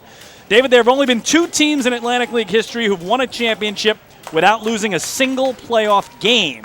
Can you name either? The 1-1 is slap foul down the left field line. I'll give you one hint. One of those teams did it against these Skeeters. Ooh, all right. That'd be a good hint. All right, I'd say because they've won so many championships, the Somerset Patriots. Actually, you know what? My era, they did not do it against the Skeeters. So one of their titles, they did beat the Skeeters, but not the year they went undefeated, so error me. Now I'm completely confused. Yeah, now I'm lost too. 1-2 here is inside. 2 balls and 2 strikes. I'm still going to guess one of the teams as the Somerset Patriots. Believe it or not, no, right? Wow, and you'd think it would have to be the surprise. Somerset Patriots with their 6 titles, right? All right. How about Nashua Pride? It is not the Nashua Pride. I'm running out of team.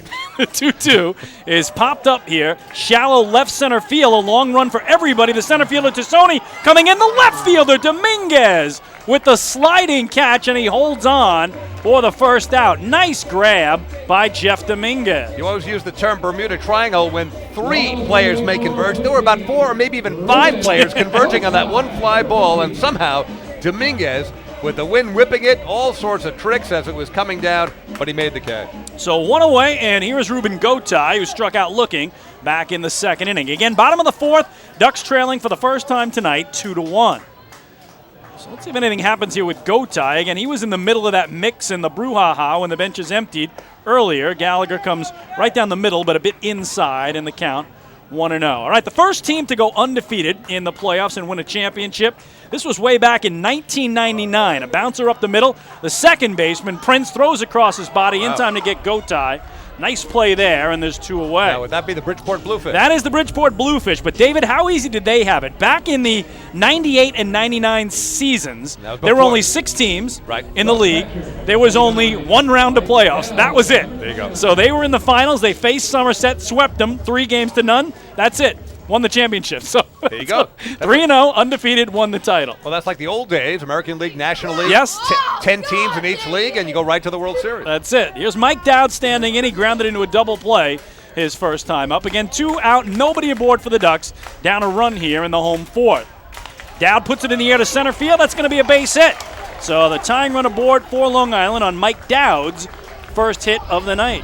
All right, so Bridgeport was one of them. Bridgeport was one of them. The other was the Lancaster Barnstormers, who did indeed beat these Skeeters for the 2014 title. But back in 2006, when Lancaster won their first championship, they went 5-0. They beat Atlantic City 2-0 when that first round was 2 out of 3, and then they beat the Bluefish 3 straight in the final. So they went 5-0 to win a title. So again, the Bluefish in 99, 3-0. Barnstormers in 06, 5-0. Skeeters trying to be the first team to go 6-0 and win a championship. Anthony Vega gets under it here. Behind home plate, Rodriguez back near the screen, and that smacks out of play for strike 1. Vega a walk back in the 3rd inning. Out of nowhere, I was taking a look at the American flag down the right field line. There was a tremendous wind gust that, instead of coming in from right field, was pointed toward the right instead of right toward left. So we've got a swirling wind that is playing all kinds of tricks tonight. Nothing easy for any of the infielders or outfielders with anything hit in the air. 0-1 the count on Vega. And now he takes a ball. And I was thinking the same thing, David, when Cody Puckett flew out to center field to end the 3rd inning. Ducks had Lyons and Ford on base, and it was a monstrously high pop-up. But they were flying because, again, every fly ball's an adventure, and the wind could knock it down. You could have scored 2 runs on it if it wasn't caught. That's right. There's a strike to Vega, and he's down in the count 1-2. So Sean Gallagher trying to keep his team on top here in the bottom of the inning where they scored 2 in the top of the frame to take their first lead. Vega ready, and it's high, 2 balls and 2 strikes. Well, as wild as Gallagher has been at times tonight, he's only walked 2. He has pitched from behind a good chunk of the time. And the Ducks have had some good swings, base runners in every inning. Be a 2-2. And swing and a miss, he struck him out. So the 4th strikeout tonight for the right-hander, and that'll do it for Long Island in the home 4th. No runs a hit, 1 man left. We go to the 5th in Central Islip. The Skeeters have a 2-1 lead in the Atlantic League Championship Series, Game 3. Hey fans, this is pitcher Bobby Blevins, and you're listening to Ducks Baseball on the Ducks official YouTube channel, youtube.com/DucksBaseball. Oh, I love it. The color of my new Nicolot patio is so vibrant. It's unlike anything I've ever seen. You're welcome. I'm just going to go finish that Nicolot walkway now. Make your pavers vivid Nicolot pavers. The best looking, most vibrant pavers with the most 3-color blends in the industry. Featuring Nicolot's exclusive paver shield and color blending technology. With color throughout and guaranteed not to fade. Live life in color with Nicolot. Visit Nicolot.com. Pave your way. Enjoy the ultimate VIP fan experience at Bethpage Ballpark this season by taking in a Ducks game from the exclusive Trouttown Fan Can. Presented by Roscoe Beer Company, the Fan Can is available for rental at all Ducks home games. It features 12 Dream Seat theater-style padded seats, beverage holders, an air-conditioned atmosphere, and an incredible view of the game. Packages are now available with food and beverage included. To reserve your Fan Can outing today, call the Ducks Group Sales Department at 631-940-3825. The Trouttown Fan Can at Bethpage Ballpark. Your VIP experience awaits.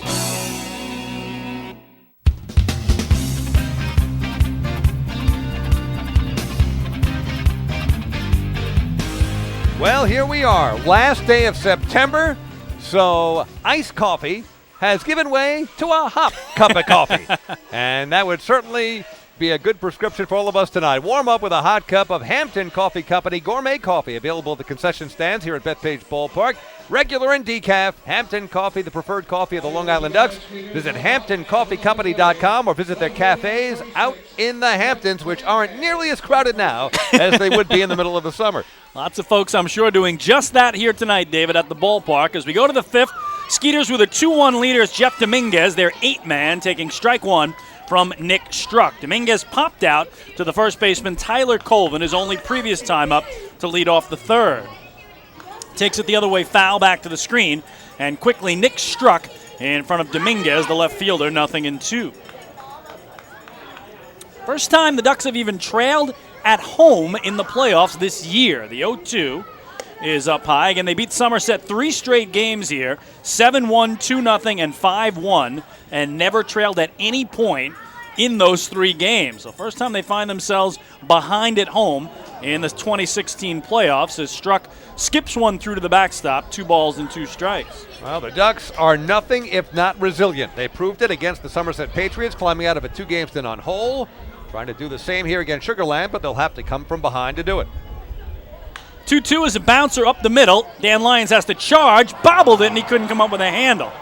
So we'll see how they score that. It would have been a tough play because it was hit so slowly, but I believe it went off his glove, his throwing hand, and by the time he got to it, no problem for Dominguez to reach first. It hasn't been scored as either a hit or an error just yet. Yeah, they're trying to decide, but tough choice. It was an in-between hop as well. It had some English on it. Yep. To kind of ate him up, crawled up his arm.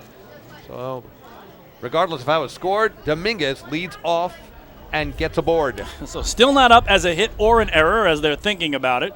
And here's Juan Martinez, who flew out to center. His only time up, 0-1.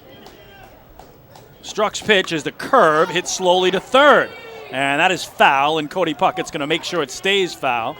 And the count 0-1. And David, I noticed something there about Nick Struck that you and I saw a week ago. Sometimes when he checks runners, he doesn't do it over his near shoulder, the shoulder nearest to home plate, his left shoulder. He checks over his far shoulder. Right. So he actually looks over his right shoulder at a runner at first. That is very unusual. So see if he does it here. You can check it out on the YouTube broadcast. They do charge an error to Dan Lyons after a long thought about what it should be. So first error of the game for either side. That allows Dominguez to reach. There's that look over the right shoulder and another check. And now the 0-1. And that foul back up top for strike 2. Yeah, a week ago we were talking about the fact that he looks a little like Linda Blair in The Exorcist. The head spinning around. You know, you're looking for a little pea soup on the pitcher's mound. But he does it in an unusual way. But you got to try to keep those runners close. We've seen somebody as talented as Noah Syndergaard just get eaten up by runners this season for the New York Mets, and he's trying to work on that. But holding runners on, a part of the deal. 0-2, a ground ball to short. This could be 2. Lyons to go tie for 1 on to first in time. So Dan Lyons makes up for the E6 by starting the 6-4-3 double play. Third time tonight. Ducks with a twin killing on the ground. A pair of 3-6-1s, and this one a conventional 6-4-3. And no problem at all this time. Instead of Dan making the turn at the bag, at the second base bag, it was the former major leaguer Ruben Gotay. A pitcher's best buddy, the double play. Not bad. 3 times in 5 innings now Nick Struck has induced a ground ball, and the Ducks have turned 2. So 2 out, nobody aboard to the top of the order for Josh Prince. He's walked and grounded out to third. And here he slaps it foul to the on-deck circle where Rene Tassoni made good contact with the bat on the ball, just like he has all season long. Strike 1 now on Prince. Second baseman and leadoff man for Gary Gaetti's Skeeters. 2-1 Sugar Land, top of the 5th, 2 outs, nobody on. And another ground ball to short. Lyons will drop it, pick it up, throw to first. Good stretch by Colvin, and he got him. So kind of an interesting inning for Dan Lyons. All 3 balls hit to him on the ground, and in the end, he does get it done. No runs, no hits, an error, nobody left.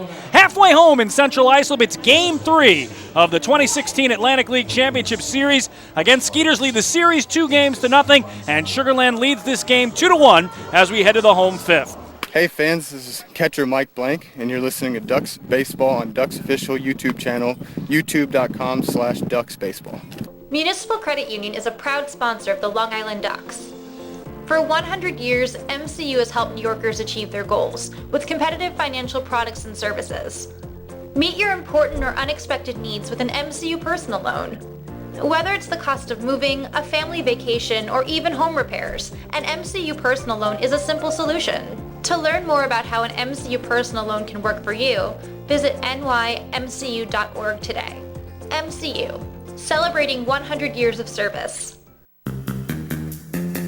Take your group out to the ball game this season and enjoy all the fun of Ducks baseball at discounted prices. with the picnic area, luxury suites, the Smokin' Owls party deck, the Trout Town fan can, and so much more. Bringing your group to the game will be an unforgettable experience. The Ducks even offer opportunities to sing the national anthem, serve as the Ridgewood Savings Bank color guard, be the Nicolak Dream Team, put on a pregame performance, or shag fly balls during Ducks batting practice. To book your outing today, call 631-940-3825 and ask for the group sales department. Long Island Ducks Baseball. Good times every time.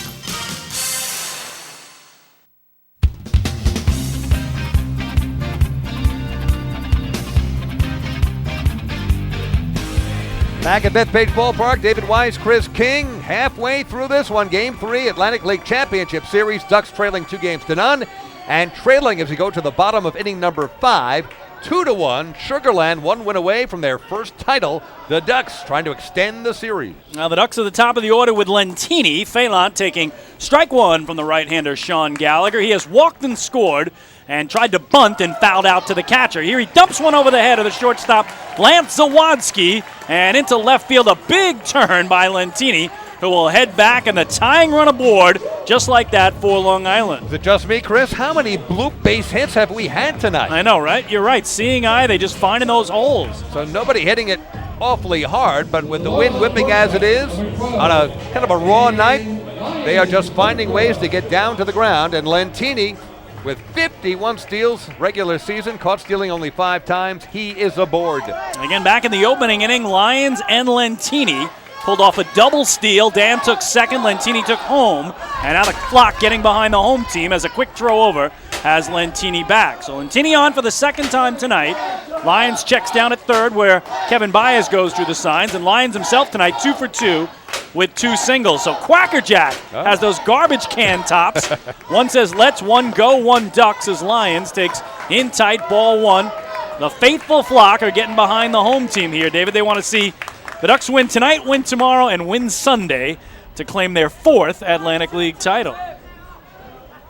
Lentini right at the cutout at first as Gallagher comes set. The pitch, inside strike to even up the count, 1-1. Good pitch by Gallagher. As we said, he's been effectively wild, to use that term, here tonight. He's walked only 2. He's pitched from behind, but he's gotten the job done to this point, handcuffing the Ducks, holding them only to that 1 run so far. Count 1-1. Lentini bluff going. Doesn't. Lyons with a bunt and a beauty. Gallagher will field. Fire, and he got him. So again, shades of 2012, and Dan Lyons with that great bunting ability that won a championship against Lancaster in Game 5. Here, he puts the tying run in scoring position with Lentini moving to second. That was somewhere between trying to bunt for a base hit and a sacrifice. Yep. It accomplished it. It goes down as a sacrifice, 1-3.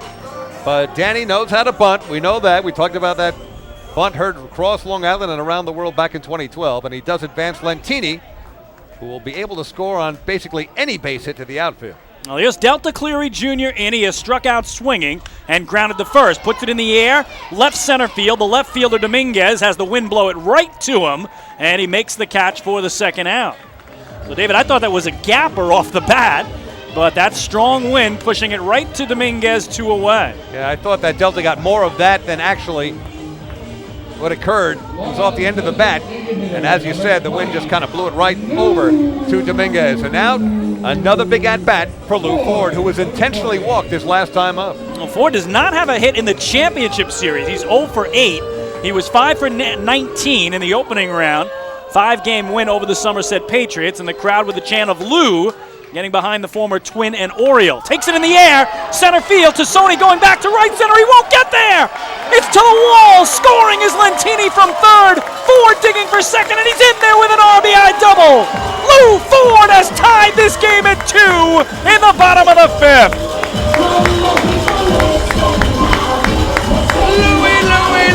Louie. Lou Ford comes up big, just waiting for a moment. Talk about a player who always rises to the occasion. We are knotted up at 2. Lentini could have crawled home. So his first hit of the championship series for Lou Ford is a big one. A 2-out double over the head of the center fielder Tassoni and to the track before they got it back in. Ford picks up his 4th run batted in of the playoffs. And here's Cody Puckett with a chance to put Long Island on top. First pitch to Cody is low for ball 1. So Lentini scoring easily from second to tie the game at 2. Ford standing into second. And now Puckett trying to deliver him. Cody 0 for 2 tonight is grounded to third and flew to center. Gallagher comes home and misses in at the thighs for ball 2. Boy, Ford was all over that fastball. And you can see it right off the bat. He got a big piece of it. Tassoni had no chance tracking it down. And a year ago, Lou Ford was just 1 for 18 in the playoffs as the Ducks bowed out in 5 to the Patriots. 2-0 is up high, so he had a much better series against Somerset this year. Again, going 5 for 19 with a homer and 3 runs batted in. But in this series, he was 0 for 3 in Game 1, 0 for 4 in Game 2, and then 0 for 1 here before coming through with that big RBI double. Cody taking all the way, why not? With a league leader in walks on the hill. It's strike 1 and the count 3-1. So 2-2 in the bottom of the 5th. Ducks had a 1-0 lead. Sugar Land put up a 2 spot in the 4th to take it back. Ducks have tied the game and looking to go back in front. Big 3-1 hitters count here for Puckett. Takes it on the ground, and that is a fair ball. Backhanded by Martinez. Long throw. Not in time at first. Lou Ford's going to try to score, and he will. Sliding in. Taking second is Cody Puckett on the overthrow, and the Ducks are back on top. 3-2 in the bottom of the 5th.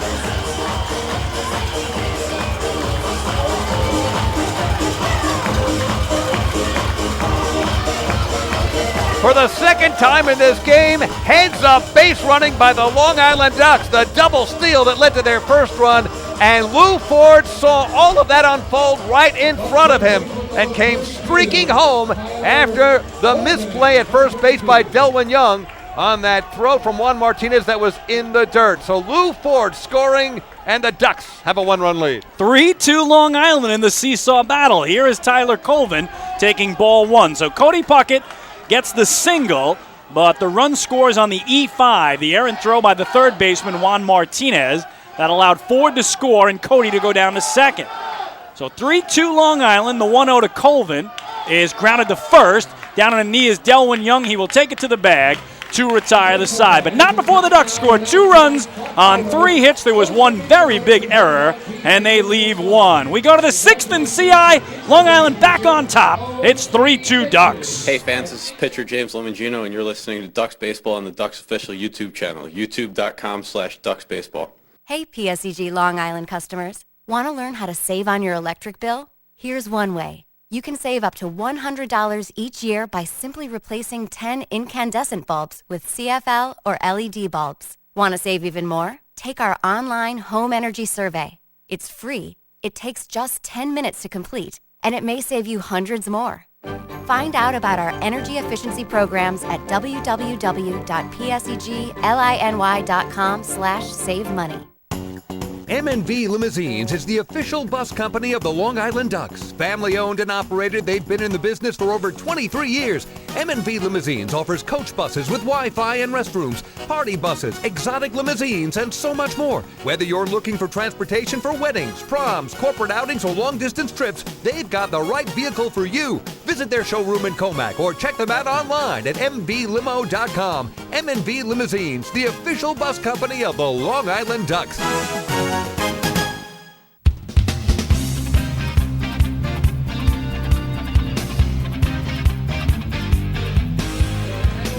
Duck fans and all of us are very appreciative of our good friend Doug Chappie and all the folks at Chappie's Funeral Home for once again engaging the Long Island Ducks and having fans follow along with the Chappie's Home Run Challenge. Each season, the goal is 100 home runs for the Ducks. If they achieve that, Chappie's donates $5,000 to the Quackerjack Foundation. This season, Ducks came up short in that goal by 16 homers, 84 regular season homers, but Chappie's and the great folks there made a donation in any case to the Quackerjack Foundation. We thank them so much for that. Quackerjack, of course, and the foundation helping everybody every single day of the year. Well, we go to inning number 6. The Skeeters lead the series 2-0.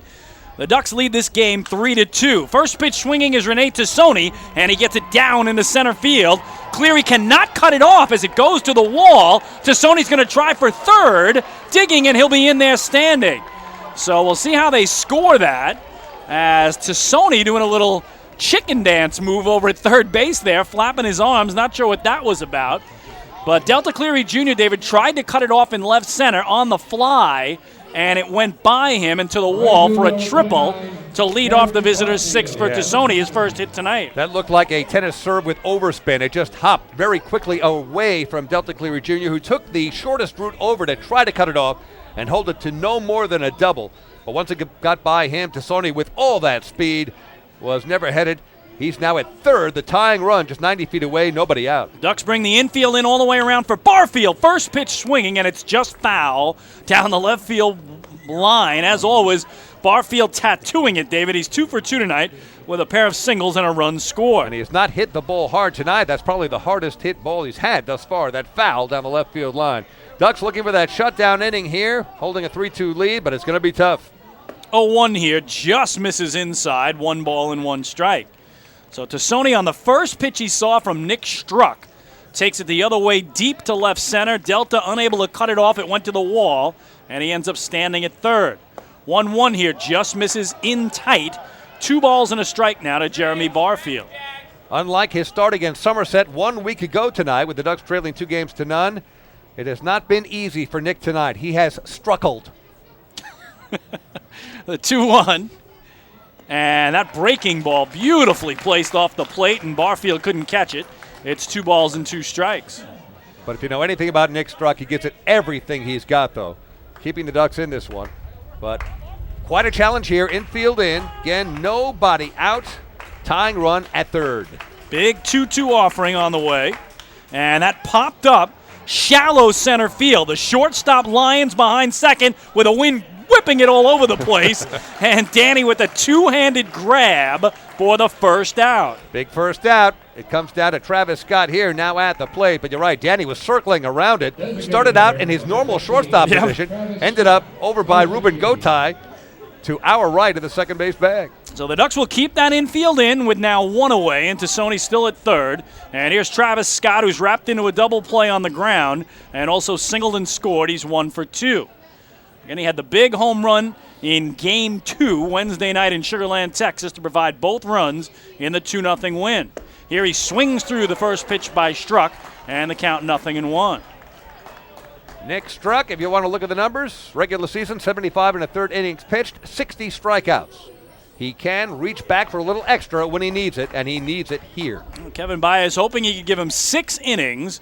And then if the Ducks have the lead, it's generally Patrick Kreider for the 7th, Amalio Diaz the 8th, and Todd Coffey the 9th. It'll be an 0-1 here to Travis Scott. And that popped up foul territory third base side, but the wind quickly moving that into the second level of seats, 0-2. Very confusing. Everything seems to be being pushed over to left field, but if you look at the American flag, it's whipping toward right field. So this makes no sense tonight. No, it's like the old Giant Stadium, right, Yep. David? The flag goes one way, the wind goes the other. That incredible tunnel they used to have at Giant Stadium over there in the Meadowlands. Tonight, more like Candlestick. Yes, you're right. You're right. Well, 0-2, good start for Struck here against the cleanup hitter, Travis Scott. Here's the pitch.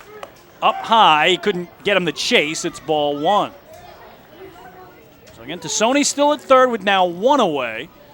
And boy, if Struck can get Scott here, any type of out at all, to get Delwyn Young, would keep Long Island on top. 3-2 Ducks as we play in the visitors' 6th. Ducks must win to extend their season. A win for Sugar Land. They're the champs. Another high fastball that Scott wouldn't bite on, 2-2. Nick Struck unofficially at 74 pitches here as he works in the 6th.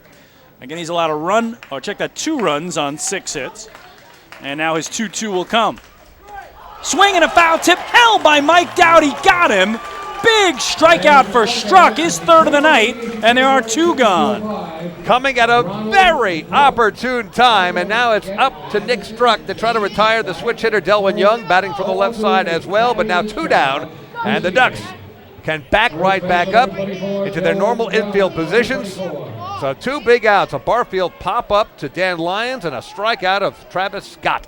So here is Young, a single and a ground out, 1 for 2 as he stands in.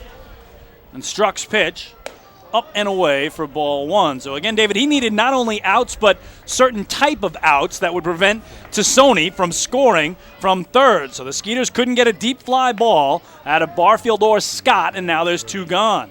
1-0. Oh, he was going for it. Delwyn Young came up empty. It's 1-1. Man, a rising fastball from Nick. We talked about him reaching back for a little extra. You saw it right there. He probably knows, David, he is near the end. If he gets Young here to keep the Ducks on top, his night most likely finished. The 1-1. Popped up down the left field line. Cody Puckett, the third baseman, in foul territory, going over.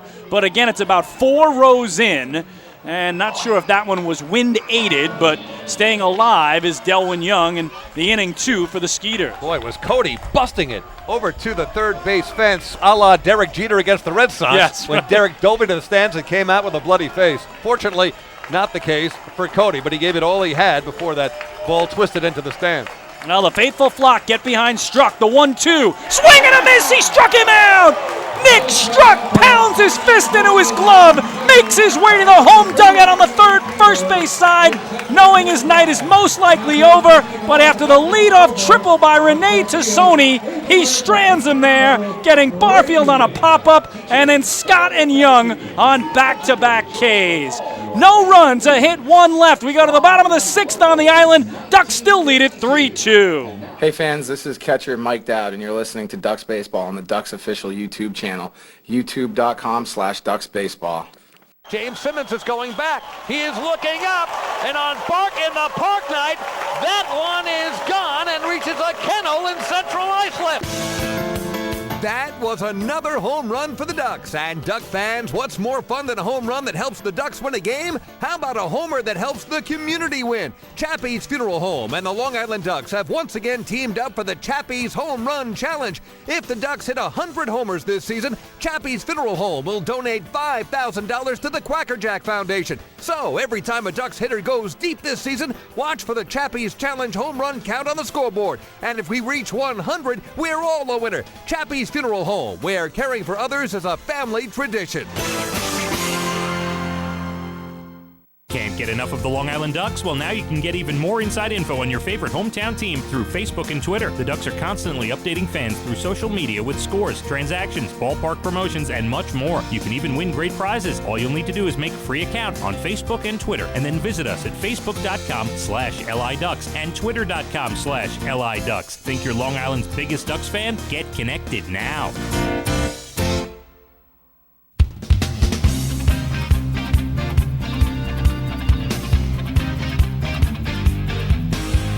Bethpage Ballpark, it is a beauty. Long Island Ducks trailing 2-0 to the Sugarland Skeeters, best of 5 Atlantic League Championship Series, and the Ducks with a 3-2 lead going to the bottom of inning number 6. Unbelievable job by Nick Struck, whose night is likely over. Sean Gallagher into his 6th inning of work, and he starts out Ruben Gotay with a called strike. The former Met tonight has struck out looking and grounded out to second, 0-2. 0-1. Is way wide, 1 ball and 1 strike. So again, Struck was pumped up on that hill, David, as he made his way to the dugout. And the reception in the dugout needed to be seen. They were all over Nick Struck. 1-1 here is skied to right. The second baseman, Prince, moving over toward the line, and he collides with his first baseman, Delwyn Young. And David, both are down and slow to get up. Yes. Oh my goodness. Both Josh Prince, the second baseman, and Delwyn Young, the first baseman, go down in foul territory.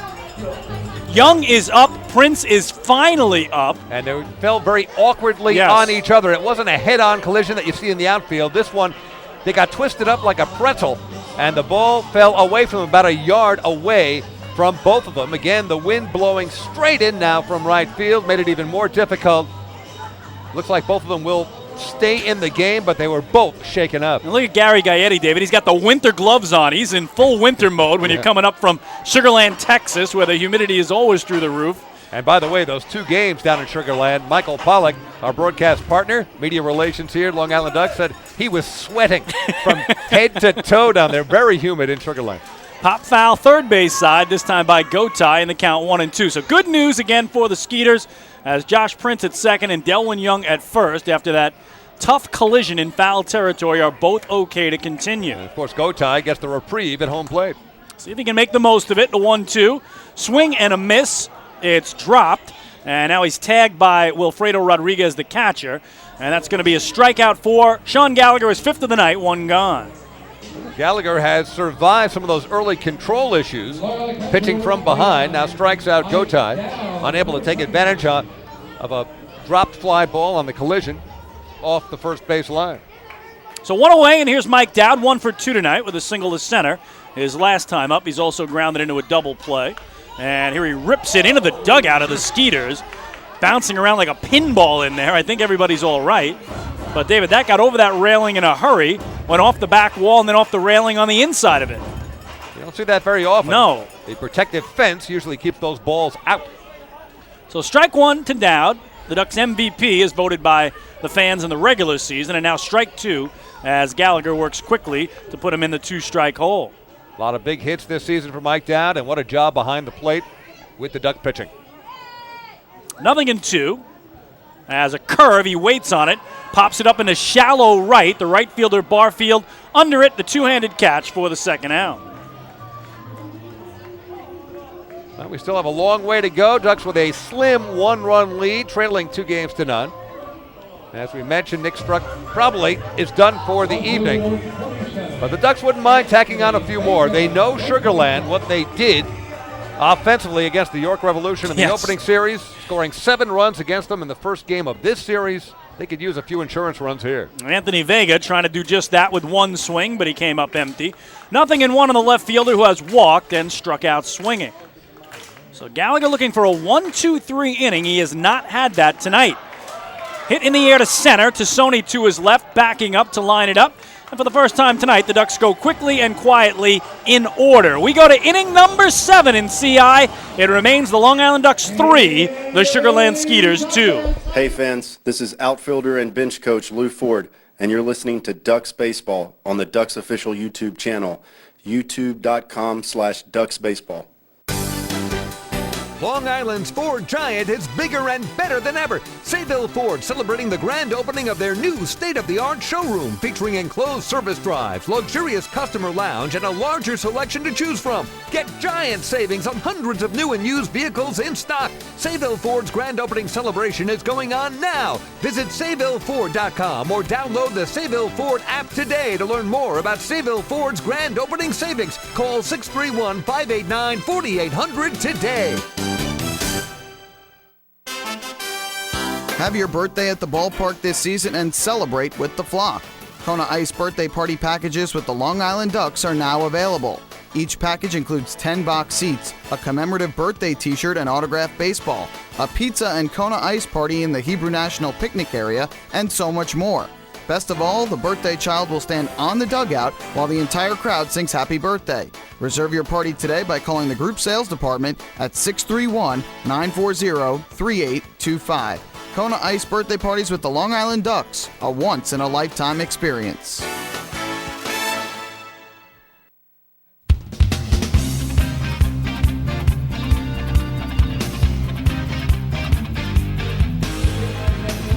Well, fans, don't forget to stop by the Waddle-In Shop on your next visit to the Duck Pond, where exclusive, hard-to-find Ducks memorabilia is now on sale. All proceeds benefit the Quacker Jack Foundation, the charitable arm of the Long Island Ducks. And again, the Ducks win tonight. They play tomorrow night at 6:35. If they win tomorrow at 6:35, Sunday at 5:05 would be Game 5, one win for the Atlantic League title. A bit of a surprise, David, as Nick Struck takes the hill for inning number 7. So Kevin Baez even told me before this game, if he got 6 innings out of him, chances are it would be Kreider, Diaz, Coffey. But again, Nick fought his way out of that 6th inning, and now he'll start the 7th against Lance Zawadski. Even the fact that there's a lefty leading off the inning was another reason I thought Kreider, a lefty, would be brought in. But he's going to stay with Struck here in a 3-2 game as the 7th begins. Well, the way the 6th inning ended, I guess Nick earned it. Yep. And you would also think that he's probably on a short leash here. Anybody gets on, and probably that would do it. But good to see him back out there. He's only at 80 pitches as Zawadski takes up high. I'm sure that's a part of it as well. And again, it was a week ago tonight, his only other playoff game. So he's had a week between games. Gallagher has had 10 days between his playoff starts. And the count 1-1 here on Zawadski, who's had the biggest hit tonight of the game for the Skeeters. Here he swings through one. 1-2. He had a 2-out, 2-run double down the left field line in the 4th inning that brought home Barfield and Scott with 2 runs to take the Skeeters from a run down to a run up. So he has both ribbies tonight. He's down 1-2. And he pops this one foul behind home plate. The count holds on the shortstop and six-man, Lance Zawadski. And I wouldn't count this out either. Kevin probably talked to Nick Struck in the dugout and said, how do you feel? Do you think he could give us a little bit more?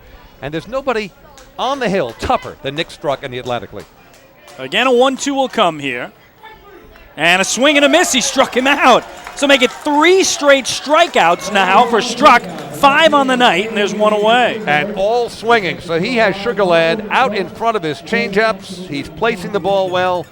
He has come through big time, especially in that 6th with a runner on third and nobody out, getting a pop-up and then back-to-back Ks. And strikes out Zawadski to lead off here in the 7th. Well, here's Rodriguez, who he's fanned twice tonight, once looking and once swinging. And the first pitch here, a slider away, 1-0. Again, the Ducks trying to rally from an 0-2 deficit to win a series for the second time in 2 weeks. They did it last weekend, down 0-2 to the Somerset Patriots, winning 3 in a row to get to this series. There's a strike, and it's 1-1. And, David, you think about that, right? The first 18 years of Atlantic League baseball, only one team rallied from 0-2 down to win a best-of-5. That was the Patriots in the 0-1 finals. A swing and a miss, and now the Ducks are trying to do it twice in 2 weeks. That's what it'll take to win a title. If anybody can do it, the Ducks can do it. This makeup of this team, the chemistry, and what they've got inside has led him to what they did a week ago, and Nick just misses there. That was a 1-2. He thought he locked him up, but home plate umpire Tom Gandolfo says no, and the count 2-2 on Rodriguez. So Ken Struck make it 4 straight strikeouts. The 2-2 popped up, foul out of play behind home. So Nick just attack. He looks like he did in the early innings a week ago tonight, David, against Somerset, where he was just firing away and getting strike 1, strike 2 on most batters, opening every count at 0-2. The 2-2 here, curve, and it's taken the other way into right field. That'll get down in front of Lentini. So first hit tonight for Rodriguez, a 1-out opposite field single, and the tying run aboard for the Skeeters. I don't see any movement from the Duck dugout. It's the bottom of the order, which Nick has handled fairly well to this point. But he's still out there. Kevin Baez with a longer leash than we would have thought, and Nick's going to give it all he's got. I'm trying to get him through 7, and then certainly I think that would be it. Amalio Diaz and Todd Coffey have been innings 8 and 9 all year long. They've owned those innings. So here's Dominguez. He's 0 for 2, having popped out and reached on an error, and he takes up high. We've talked about this number a lot this year, David. The Ducks 56-5 this year when leading after 6 innings. The 5 losses, the fewest of any team in the league. The 1-0 is a tapper foul, and again they were 3-0 against the Somerset Patriots here at home, leading all 3 games at the end of 6 innings. Yeah. Reminiscent of no-run DMC. Yes, right. Which lasted all of a few months. It was fun while it lasted, though. It did. Be a 1-1 coming now to Dominguez. Rodriguez held on at first by Colvin, and he lines it into right field for a base hit. Up with it is Lentini. Rodriguez stops at second, and now the tying run at second, the go-ahead run at first. 1 away for the 9-man, Juan Martinez, and here comes Kevin Baez. Let's see what the skipper wants to do. Is it time to talk or time to take the baseball? In this case, Kevin not walking to the mound, he's jogging, and there will be a summit meeting at the mound, the entire infield now, surrounding Nick Struck on the mound. And he's going to leave Nick in there. Quick pep talk. That's it. Well, again, he does have a righty here and a righty and Josh Prince on deck. And apparently he heard what he needed to hear out of Nick Struck, who has done an unbelievable job for the Ducks this year in his second season for the Flock. So big moment. Ducks lead at 3-2, top of the 7th. Skeeters have 1 out with Rodriguez at second, Dominguez at first, and Juan Martinez at the plate. He has flied out to center and did ground into a double play. 6-4-3 his last time up. Struck checks second, the pitch. Outside for ball 1.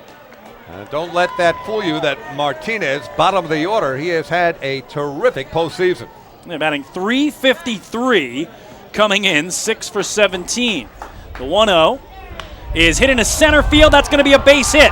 Rodriguez will turn third. He's going to try to score. Here's the throw from Cleary. Not in time. Now the throw down to third, and it gets away from Cody Puckett. Everybody's safe there. It's an RBI hit by Juan Martinez that has tied this game at 3. Ripped it right up the middle. The Ducks are lucky they're not trailing with the way the ball is being thrown around.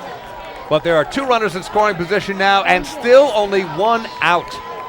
So both runners advance an extra base on the throw home. And the Skeeters have tied the game at 3. Dominguez at third, Martinez at second. And back to the top of the order for Josh Prince. Remember, still only one man out. In a 3-3 game now, this seesaw battle continues. We're all even up. Ducks again bring the infield in all the way around. And Prince, 0 for 2 with a walk, stands in. He's grounded out twice to the left side of the infield. Struck, holds the set, Nick's pitch. In at the belt, almost hit him, ball 1.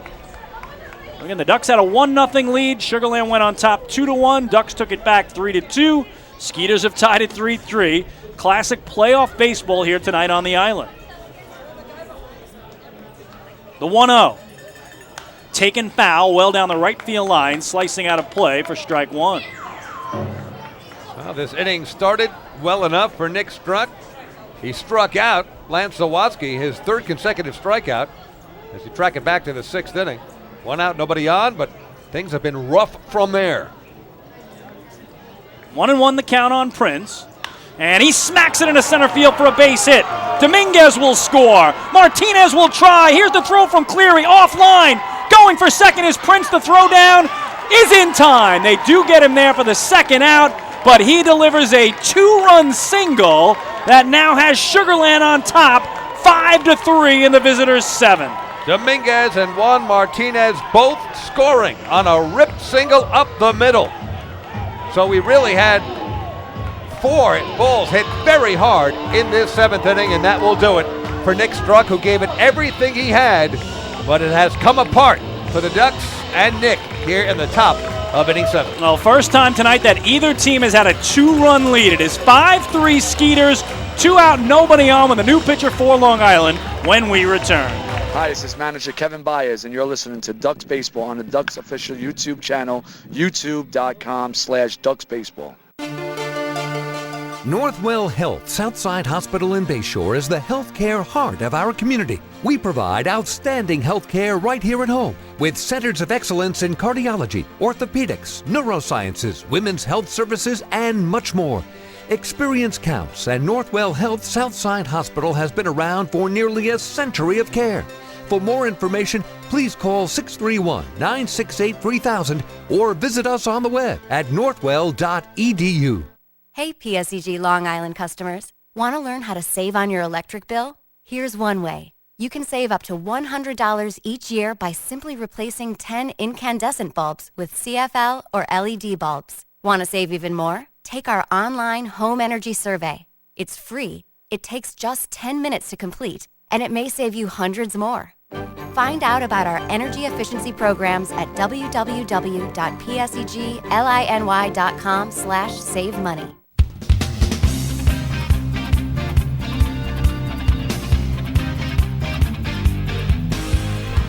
Back at Bethpage Ballpark, pitching change, our first of the game, the Long Island Ducks, and skipper Kevin Baez removing Nick Struck here in the 7th inning. 3 runs across for the Skeeters, who have turned a 3-2 deficit into a 5-3 lead. And Nick Struck giving way to the 29-year-old left-hander from Owensboro, Kentucky, Patrick Kreider. Kreider, with 61 regular season appearances, tied for second in the Atlantic League in games he has appeared in. Those 61 appearances all in relief, 43 innings pitched, 21 hits given up, 38 strikeouts, 27 walks, an ERA of 1.67, and a one-loss record of 3-2. And yes, he has a postseason appearance as well. But Patrick Kreider into the game now to try to stop the bleeding for the Long Island Ducks, trailing 5-3. So Nick Struck gives up 4 consecutive one-out singles, and that spells the end of his night as the Skeeters played 3 runs. They were down 3-2. They now lead it 5-3. And Rene Tassoni, who tripled last inning to open that frame and has also flied out and grounded out 1 for 3, will be the batter. So again, Josh Prince, who singled home both Dominguez and Martinez with runs 4 and 5, was thrown out at second after delivering those 2 RBIs. And so Tassoni swings with nobody aboard here and now 2 gone. So tough ending for Nick Struck after an outstanding outing. And Sugarland has a 2-run lead in the top of the 7th. Lefty-lefty, first pitch by Kreider is in there for a strike. 4th postseason appearance for Patrick Kreider. He pitched games in games 1 and 5 against the Somerset Patriots, and he also pitched in game 2 of this series Wednesday night down in Sugar Land. 0-1 is a swing and a miss as he waved through it. 0-2 now to Rene Tassoni. In that game down in Texas, Kreider just a third of an inning, allowed a hit, a run, no walks, and had a strikeout. He's ahead 0-2, Patrick's pitch. Check swing. Did he go? They appeal to third. John Grasso says no. And staying alive is Rene Tassoni on ball 1. The dangerous Jeremy Barfield is on deck. Definitely like Barfield to hit with nobody on and to open an inning as opposed to with Tassoni on in a frame they've already scored 3 times. Crowd gets behind the southpaw at 1-2. Again, 5-3 Skeeters in the 7th. 1-2 bends away, 2 balls and 2 strikes. In a win tonight for Sugar Land, they are the Atlantic League champions. And would have done it without losing a postseason game. They would go 6-0 and claim the title in their 5th anniversary season after sweeping away York in the opening round. 2-2.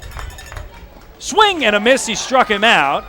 Dowd will have to throw to first here to get the put out, and the side retired. But not before Sugar Land picks up 3 runs on 4 hits. There was nobody left. Time to stretch. Middle of the 7th inning at Bethpage Ballpark in Central Islip, New York. It's Game 3 of the Atlantic League Championship Series, and the Skeeters are on top 5-3. Hey fans, this is pitcher Nick Struck, and you're listening to Ducks Baseball on the Ducks official YouTube channel, youtube.com/DucksBaseball.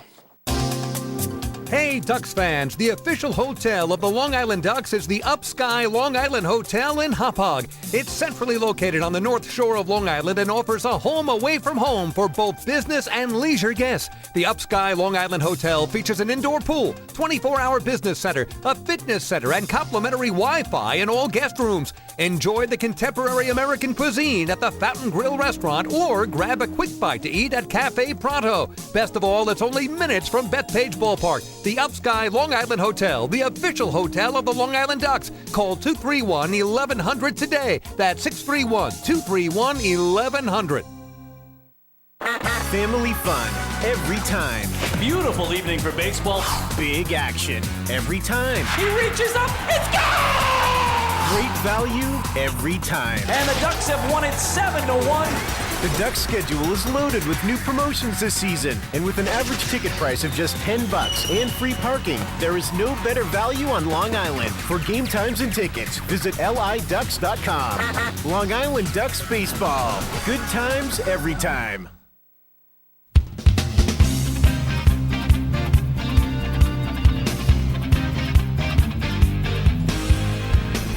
We go to the bottom of inning number 7 here at Bethpage Ballpark.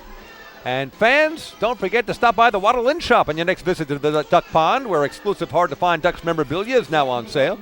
Proceeds benefit the Quacker Jack Foundation, the charitable arm of the Long Island Ducks. Well, Ducks trailing by a pair. Sugar Land with a 5-3 lead as we go to the last of the 7th. Sean Gallagher out for his 7th inning of work. Top of the order, and Phelan Lentini, who spins off an inside pitch. And the count 0-1 on the Ducks' leadoff man and right fielder, who is 1 for 2 tonight, with a walk, a single. He's scored twice and had a steal of home on a double steal, the back end of it back in the opening inning. 2-0 after ball 2. Well, the Ducks trailing 2-0 and trailing by 2 in this game. They have work to do to extend their season. Taking strike 1 is Lentini. So right now the Skeeters 9 outs away from their first championship in franchise history, but those will likely be the toughest 9 outs they'll have to get all season. The 2-1 is a ground ball deep in the shortstop hole, backhanded by Zawadzki, throws to first, big stretch, and pulling it out on one hop was Delwyn Young. Oh, what a nice play at both short by Zawadzki, Young at first to get the speedy Lentini for out number 1. Many an error has been caused by Lentini's speed. You have to rush everything. Zawadzki deep in the hole with the backhand. A good throw, but it was on the low side, and a great stretch by Young, keeping the dangerous Lentini off the bases. Here's Dan Lyons. He's had a terrific night. He's 2 for 2 with a pair of singles. Also laid down a beautiful sac bunt to move Lentini along back in the 5th. First pitch to him. He takes it, grounded on one hop to third. Martinez will gun across, and quickly on a pair of ground ball outs to the left side, 2 away. Boy, Sean Gallagher just throwing a handful of pitches here in the 7th inning. earlier in this game with Gallagher falling behind nearly everybody. The Ducks were waiting him out. Now they're trying to be aggressive. All the Ducks need is to get at least one man on, bring the tying run to the plate. That is what they have in mind at this point with Delta Cleary Jr. coming up. A bloop and a blast, David. That's what they need. And right now that is pitch number 99 on the night from Sean Gallagher. And Delta takes it down, or check that, takes it for a strike, 0-1. And now backdoor curve missed. 1-1 to Delta, who's 0 for 3 with that variety pack, the ground out, the fly out, and the strikeout. 1-1 is foul tip back. Final line on Nick Struck, starter tonight for Long Island. He went 6 2/3. He allowed 10 hits, 5 runs all earned, 1 walk, and 5 strikeouts.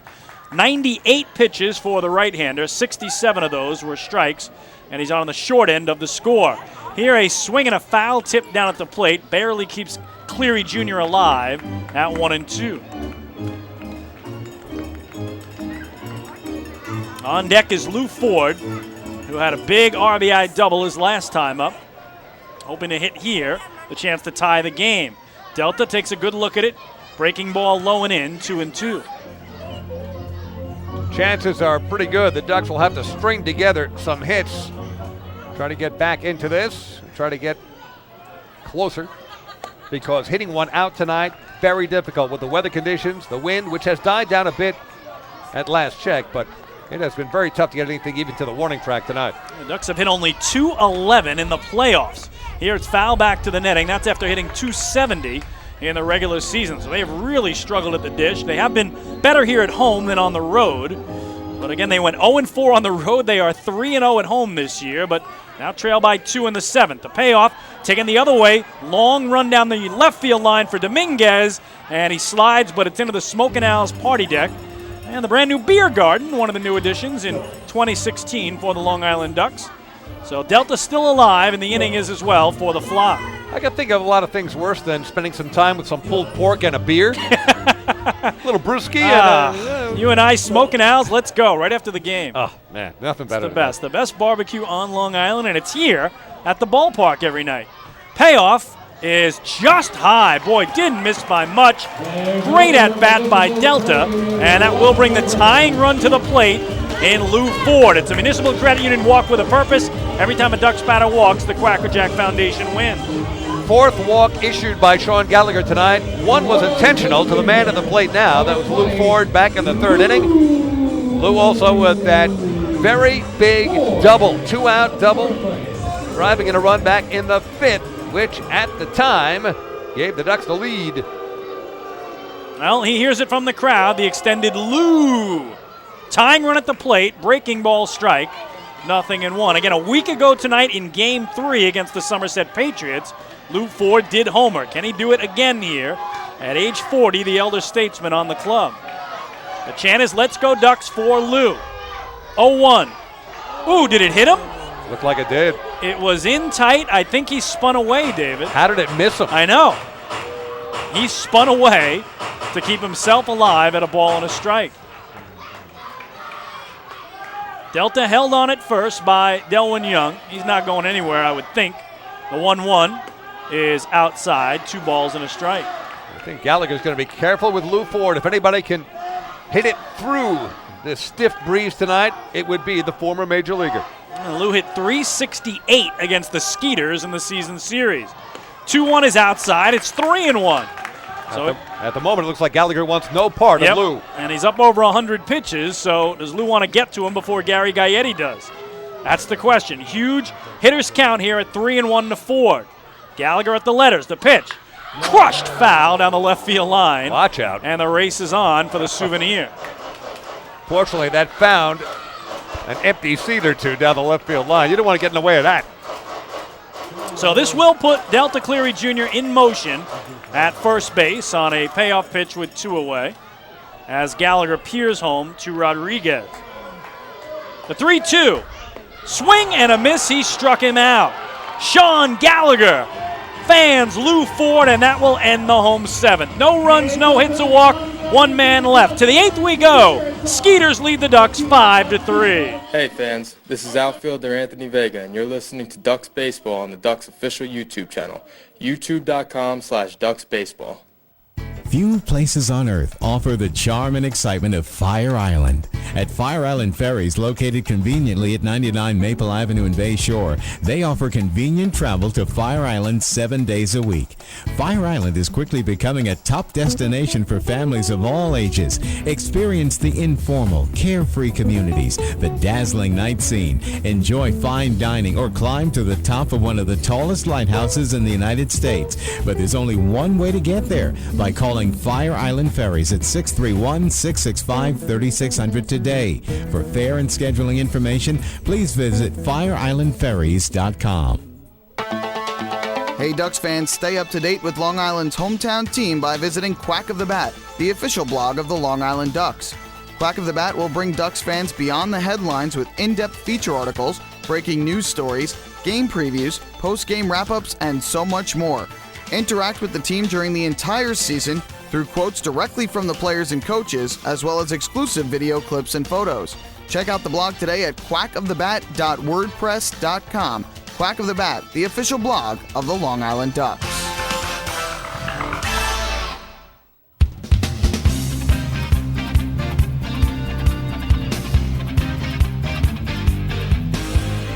Now, Sugarland Skeeters are 6 outs away from their first Atlantic League championship. They take a 5-3 lead to the top of the 8th. And a new pitcher for Long Island is Patrick Kreider. Saw only one batter. That was Renee Tassoni. He struck him out to end the 7th. And the 27-year-old right-hander from Hot Springs, Arkansas, 6'3", 195 pounds, Zach Treese is in. Again, acquired by the Ducks just before the playoffs began. He was a closer this season for the independent River City Rascals in the Frontier League. And in 41 games there, he did have 22 saves, second in the Frontier League. In the postseason for Long Island, he pitched in games 1 and 5 of the opening round playoff against the Somerset Patriots, and he did appear in Game 2 Wednesday night down in Sugar Land, Texas. And in that outing, Treese went 1 inning, 1 hit, no runs, no walks, and 1 strikeout. It's Chris King and David Weiss. We thank you so much for tuning in to Ducks Playoff Baseball tonight around the world at liducks.com. David, I know we have a lot of fans watching on Long Island, a lot of fans watching down in Texas, hoping that the Skeeters can pull it out. And we've got lots of drama ahead for the final 2 innings. In the radio booth, we go to our closer. It's David Weiss. Thank you so much, Kinger. Zach Treese on the mound. As you mentioned, he'll be facing the dangerous Jeremy Barfield, followed by Travis Scott and Delwyn Young. First pitch on the way, and Barfield swinging immediately. And this one should be pushed by the wind into the stands. It's well back into the left field stands. No balls and a strike to Barfield, who is 2 for 3 tonight. An infield single to the left side back in the first inning. He was erased on a double play, 3-6-1.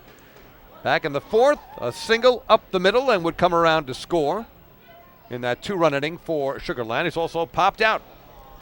So 2 for 3. Side armor Treese missing inside. Count now even at 1 ball and 1 strike. Ducks trailing 5-3. Top of inning 8. Ducks have been out hit 10-7. More importantly, outscored by 2 runs to this point. Next pitch. Big looping sidearm breaking ball right across the middle of the plate. Barfield watching it land into the mitt of Mike Dowd. It's 1 ball and 2 strikes to Barfield. A little surprising not to see Amalio Diaz here, but again, Treese with those credentials in the Frontier League. 1-2 pitch is smoked. Deep left field. Anthony Vega coming in and makes the grab. Boy, that wind is holding everything up. Now, Barfield did have to reach a bit for that. He may not have gotten the best part of the bat on it, but looked like it would go a lot further than it did. 1 down. And Vega did stumble too, David. We've seen him do that a few times in the playoffs, but because of his speed, he was able to find his footing and get to that ball for an important first out anytime you retire Jeremy Barfield. Batting for the left side, Travis Scott, the DH here tonight. Hit into a 3-6-1 double play back in the first inning. Singled in the fourth and would come around to score. And has also struck out. He is 1 for 3. Backdoor breaking ball from Treese. Stays in the backyard. It's 1 ball and no strikes. Once again, the wind starts to pick up. Crowd a little quiet right now. Bit shell-shocked with the comeback of Sugar Land here tonight, but it's not quite over yet. And you can hear that wind picking up again, right on cue. 1 ball and 1 strike to Travis Scott. 1 down, nobody on. Top of the 8th inning at Bethpage Ballpark. Treese kicks and deals, and down low. 2 balls and a strike, unlike many other relievers. Zach Treese, nobody on, full delivery. Travis Scott deep in the box.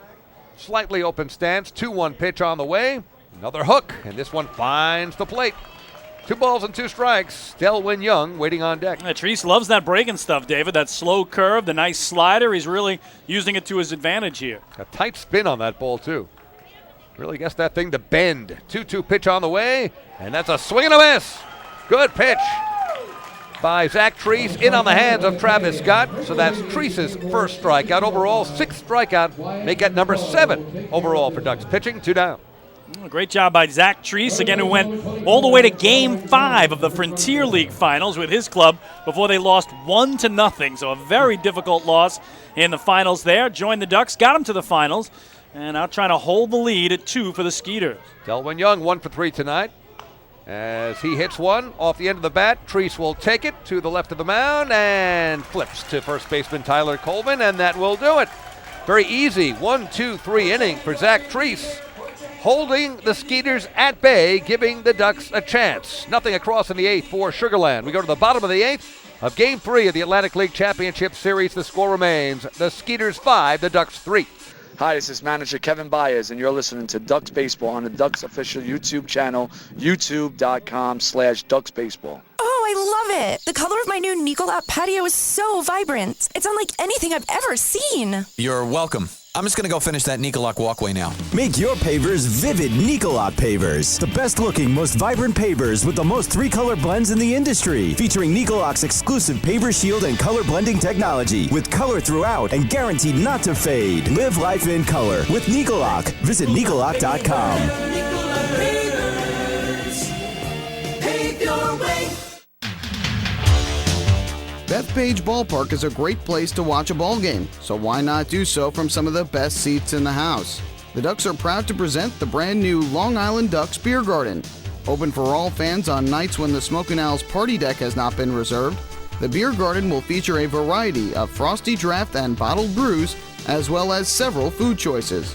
The area has been decked out with bar rail seating and Ducks branded furniture to provide a comfortable atmosphere for everyone. Be sure to stop by and check out the brand new Long Island Ducks Beer Garden on your next visit to the ballpark.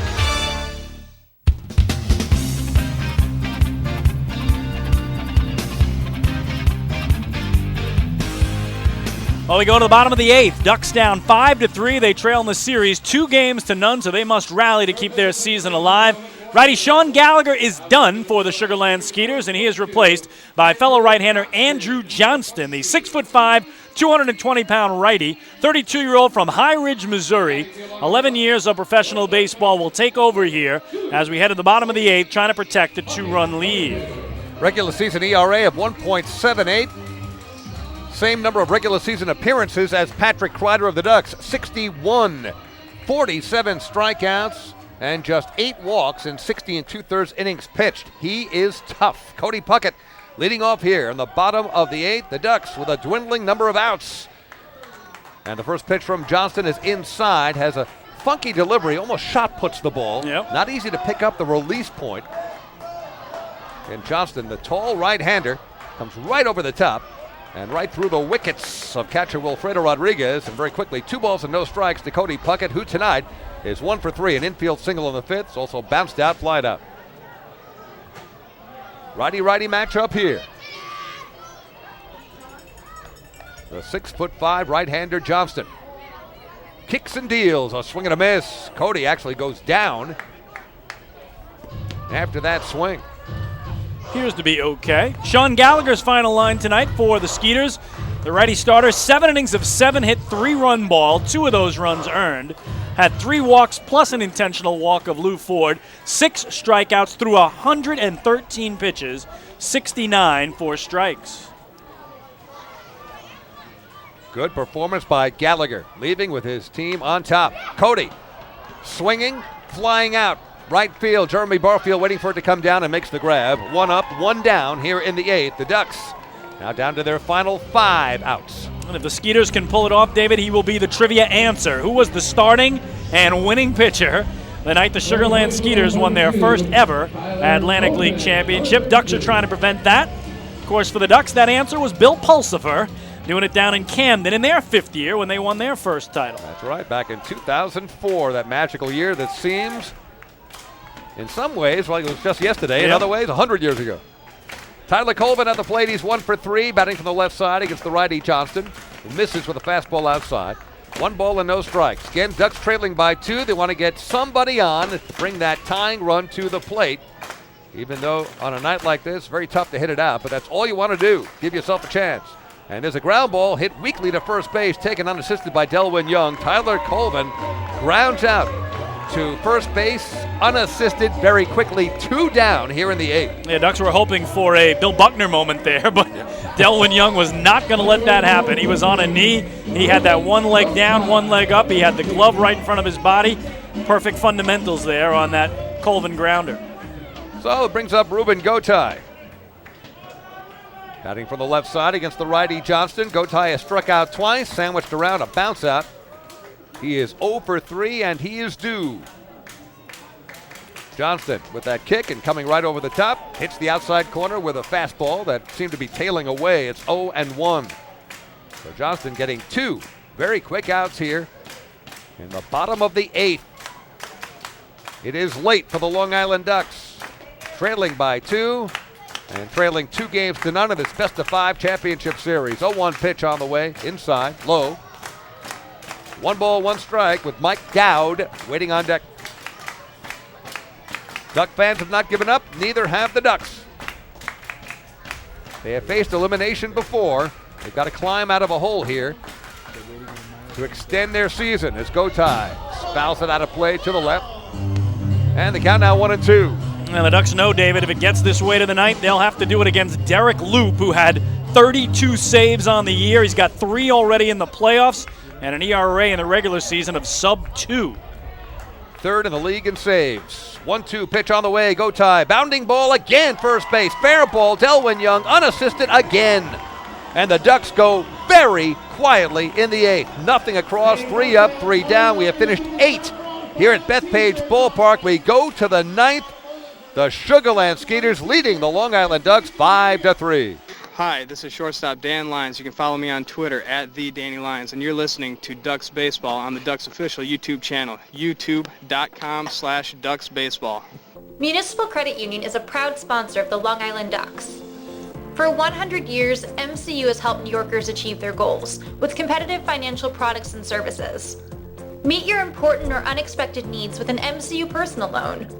Whether it's the cost of moving, a family vacation, or even home repairs, an MCU personal loan is a simple solution.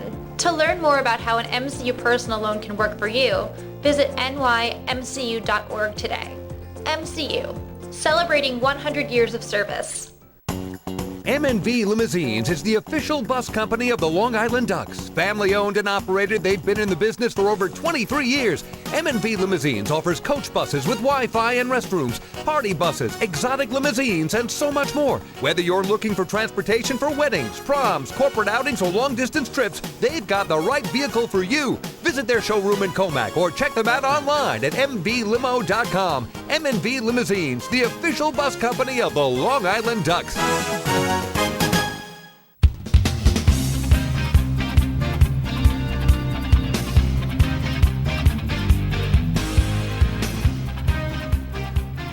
Back at Bethpage Ballpark, David Weiss along with Chris King.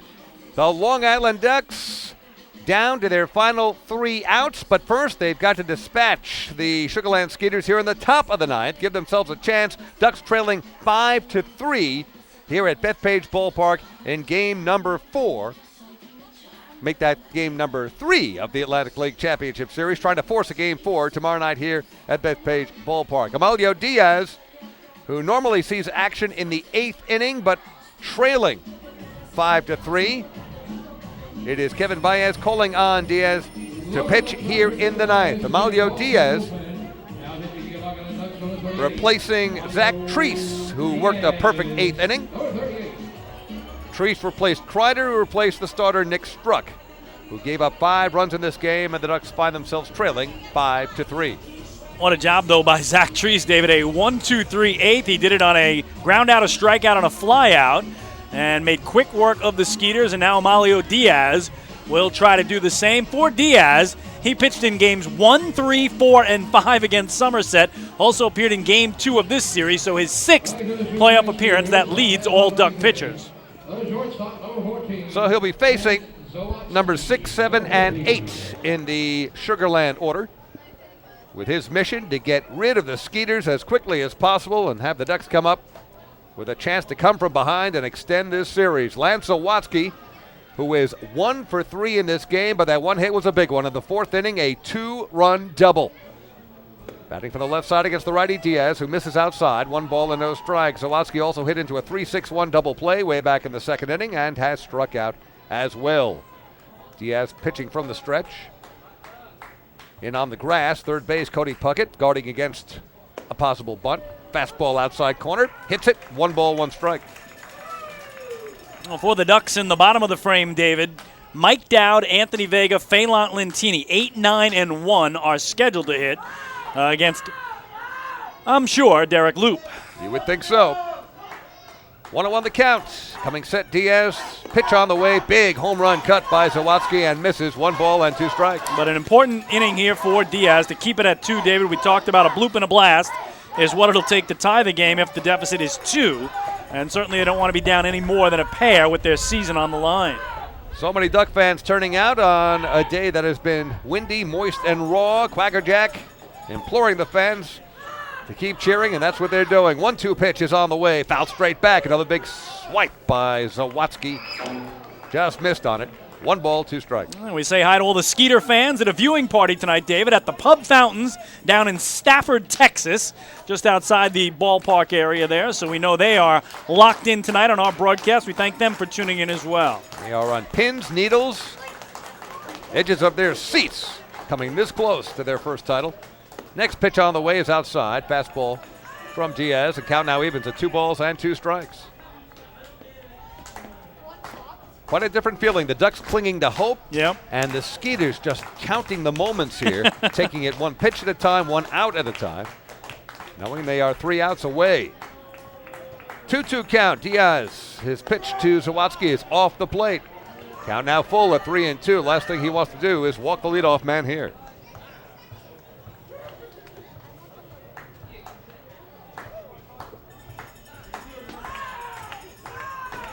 Ducks just trying to get themselves to a point where they can try to rally in the bottom of the 9th.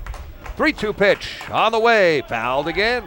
Zawatsky hanging in there, and the count remains full. Yeah, Ducks did have 5 waddle-off wins in the regular season, none of them against these Sugarland Skeeters, and didn't waddle off against Somerset in the opening round in the 3 home wins. Well, let's put it this way. With the situation the Ducks have put themselves in, there's only one way they can win this game, and that would be in waddle-off fashion. Waddle-off fashion, yep. It's in 9 innings or more.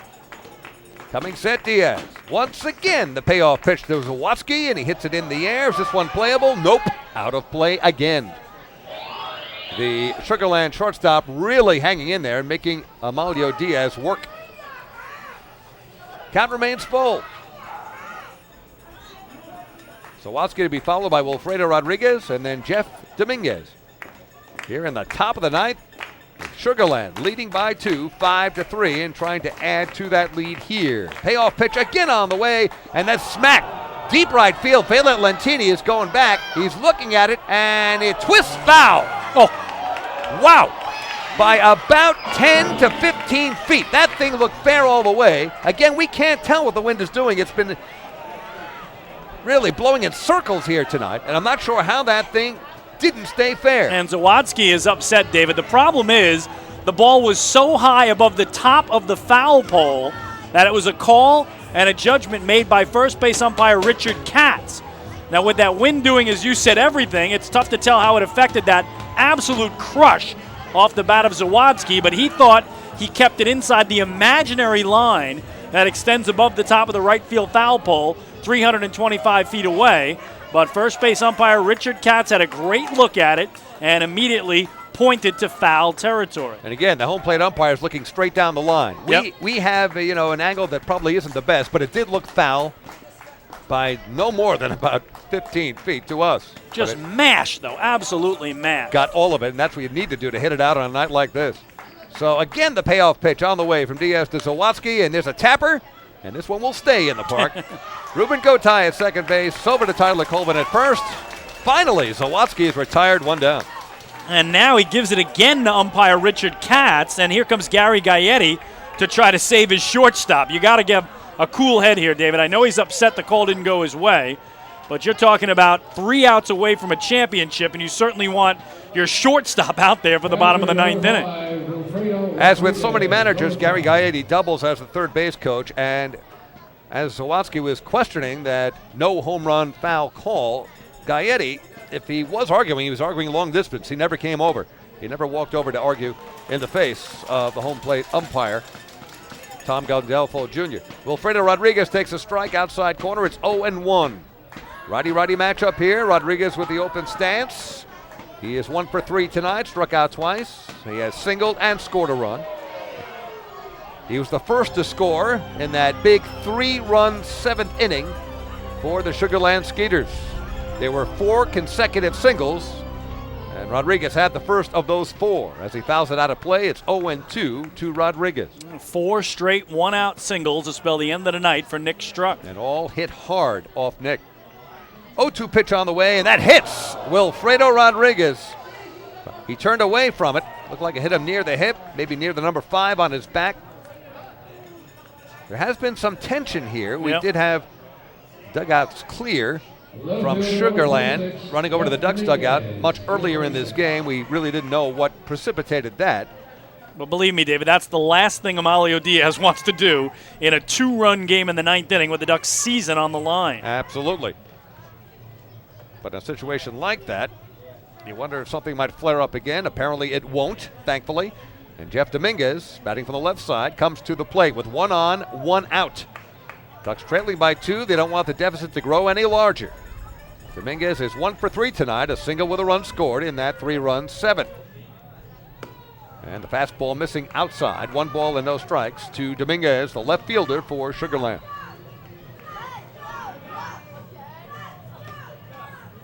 A little quiet here, but the Ducks fans will come alive. Yep, they're saving it for the bottom of the 9th. Absolutely. They're trying to pace themselves. 1-0 pitch, pulling the string, good changeup from Diaz, and Dominguez well out in front, swing and a miss. 1 ball and 1 strike. A lot of young Duck fans here tonight. Not a school night. As we said, a bit on the chilly side, but the faithful flock are here and clinging to some hope. 1-0 the count with 1 on. Pitch on the way, just missing. Looked like it had the plate, but apparently a little low. It's 2-1. Well, remember, David, Monday and Tuesday are the Jewish holidays for most of these youngsters, so they got 4 days to recover. We expect to hear them in the bottom of the 9th. Very good point. Rosh Hashanah begins sundown Sunday night into Monday, extends into Tuesday. The year 5777. Lashana Tova early to those of you celebrating.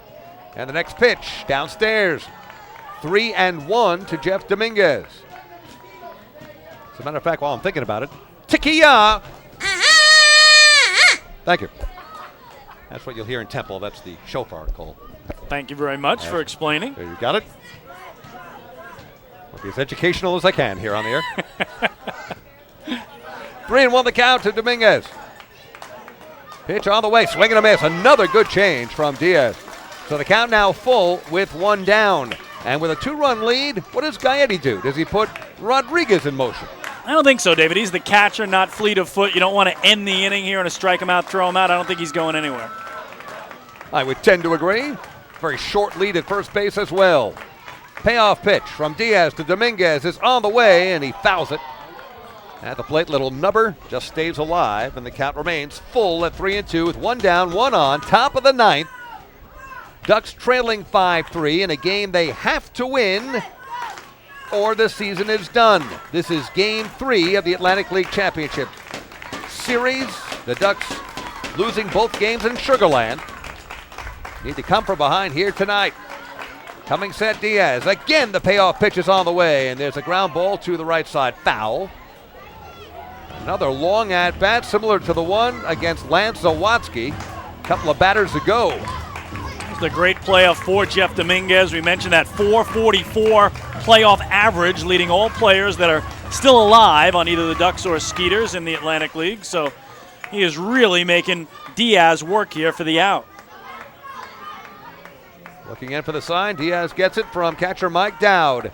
Again, the short lead at first from Wilfredo Rodriguez. The pitch to Dominguez on the way, again fouled off. This time toward the Duck dugout, back to the screen, and the count remains full.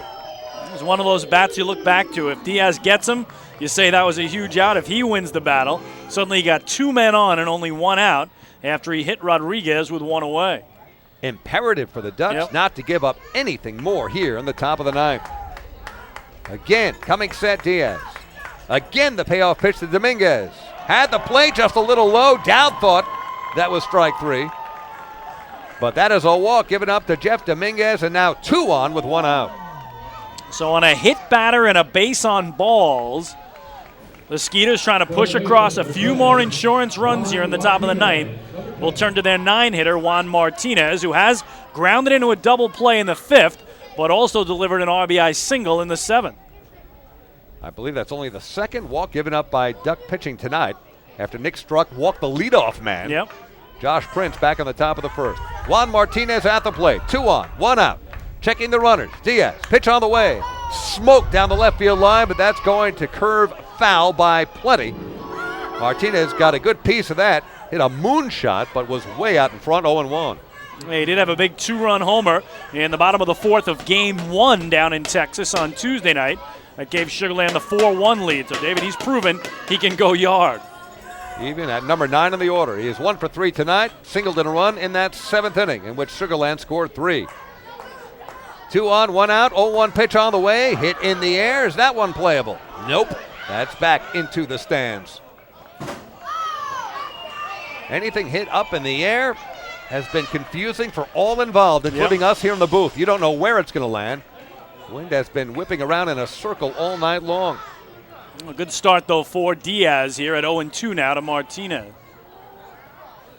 Again, Diaz getting leadoff man Zawatsky on a payoff pitch to ground out to second. Hit Wilfredo Rodriguez in the back.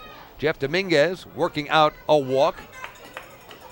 And now 0-2 to Martinez. Pitch on the way, a swing and a miss. Good, hard slider diving away from Juan Martinez. He strikes out, 2 down. Well, big second out, but it doesn't get easier with Josh Prince here back at the top of the order. Prince had a grand slam in Game 3 of their sweep of the York Revs and finished with 7 runs batted in the series. And tonight he has walked to lead off the game. He's also bounced out twice to shortstop Dan Lyons. And then a 2-run single in the 7th inning. Was thrown out trying to stretch it to second base. And there's a tapper. Going to be a big hop for Dan Lyons. He's going to have to hurry the throw. It's in time. So for the 3rd time tonight, Josh Prince grounds out to Dan Lyons. So for the Sugar Land Skeeters, they get 2 runners on by way of a hit by Pitt batter and a walk, but leave those 2 men on. Nothing across otherwise. The Ducks, do they have one last comeback in store? We'll find out. We have finished 8.5. Go to the bottom of the 9th. Ducks clinging to hope that they can erase a 2-run deficit, trailing Sugar Land 5-3. Hey fans, this is Todd Coffey, right-handed pitcher, and you're listening to Ducks Baseball on the Ducks official YouTube channel, youtube.com/DucksBaseball.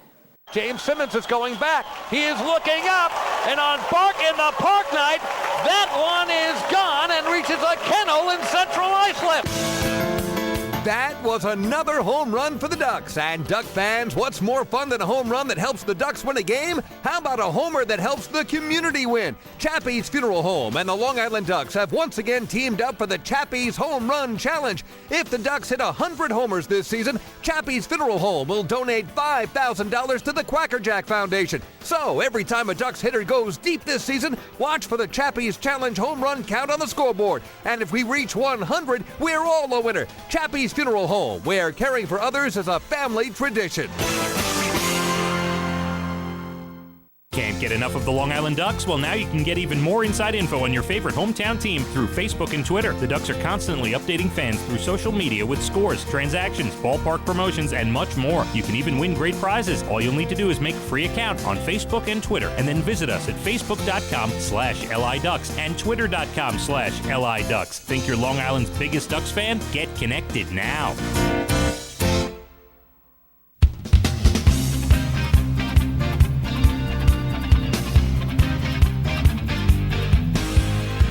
Well, we go to the bottom of the ninth, and as expected, the left-hander Derek Loop is in for the Sugarland Skeeters. 6'3", 220-pound southpaw from Norco, California. And all he's done in the regular season, David, is put up 32 saves. In the postseason, a save in Game 1 against York, a save in Game 2 against York. He pitched in Game 3 against York. And Loop also picked up the save in the Game 2 victory over Long Island on Wednesday night, the 2-0 victory. Will try to give his team the title if he can get 3 outs here in the bottom of the ninth, with the Skeeters leading it 5-3. 70 strikeouts in 59 innings of work in the regular season. Derek Loop with a regular season ERA of under 2, 1.98. For Sugarland, they don't want anyone else on the mound but Derek to bring them home their first title in team history. Ducks will try to make that as difficult as possible with Mike Dowd at the plate. He is 1 for 3, hit into a double play, singled, and flied out. Loop's first pitch nicks the outside corner for a strike. It's 0-1. Mike Dowd, Anthony Vega, the number 9 man, back to the top, and Phelan Lentini to face Derek Loop. Ducks are waving those rally towels. 0-1 pitch, a swing and a foul at the plate. It's 0-2 to Mike Dowd. Loop, no wasted motion, no wasted pitches, going right after the Long Island Ducks. Everybody in the Sugarland dugout standing on the top step and leaning up against the fence, ready to explode. 0-2 pitch on the way, a foul. Just staying alive, Dowd with a little tapper to the left side. 0-2. Yeah, Ducks very familiar with Derek Loop, David. He pitched for the River Sharks back in 2010, 2 years in Lancaster in 13 and 14, and now his second year in Sugarland, so they do know him very well. Loop coming set. The 0-2 pitch is on the way. Swing and a miss. Tailing fastball. Mike Dowd is down. 1 out and 2 to go for the Skeeters. That is the 7th strikeout for Sugarland pitching. Anthony Vega, bottom of the order, coming up. Yeah, they're going to pinch hit for him, David, with Mike Blank. So he's going to go from a lefty to a righty against the southpaw Derek Loop to try to give himself a better chance. Here is Mike Blank. The other half of the catching tandem with Mike Dowd, so Mike Blank. Right side, takes a strike, inside corner. Nothing but strikes from Derek Loop thus far. It's 0-1. Mike Blank played in only Game 2 of the Somerset Series, David, 0 for 4 with 4 strikeouts. 0-1 pitch is on the way. Swing and a miss. Now 0-2 to Blank, who hit 253 in the regular season. 10 homers, 50 RBI. Derek Loop and the Sugarland Skeeters trying to make quick work of the Ducks here in the bottom of the ninth to capture their first title. Coming set. Derek Loop. Pitch to Blank on the way. Swing and a miss! Back-to-back strikeouts from Derek Loop. 1 out to go for Sugarland. The Ducks are down to their final out.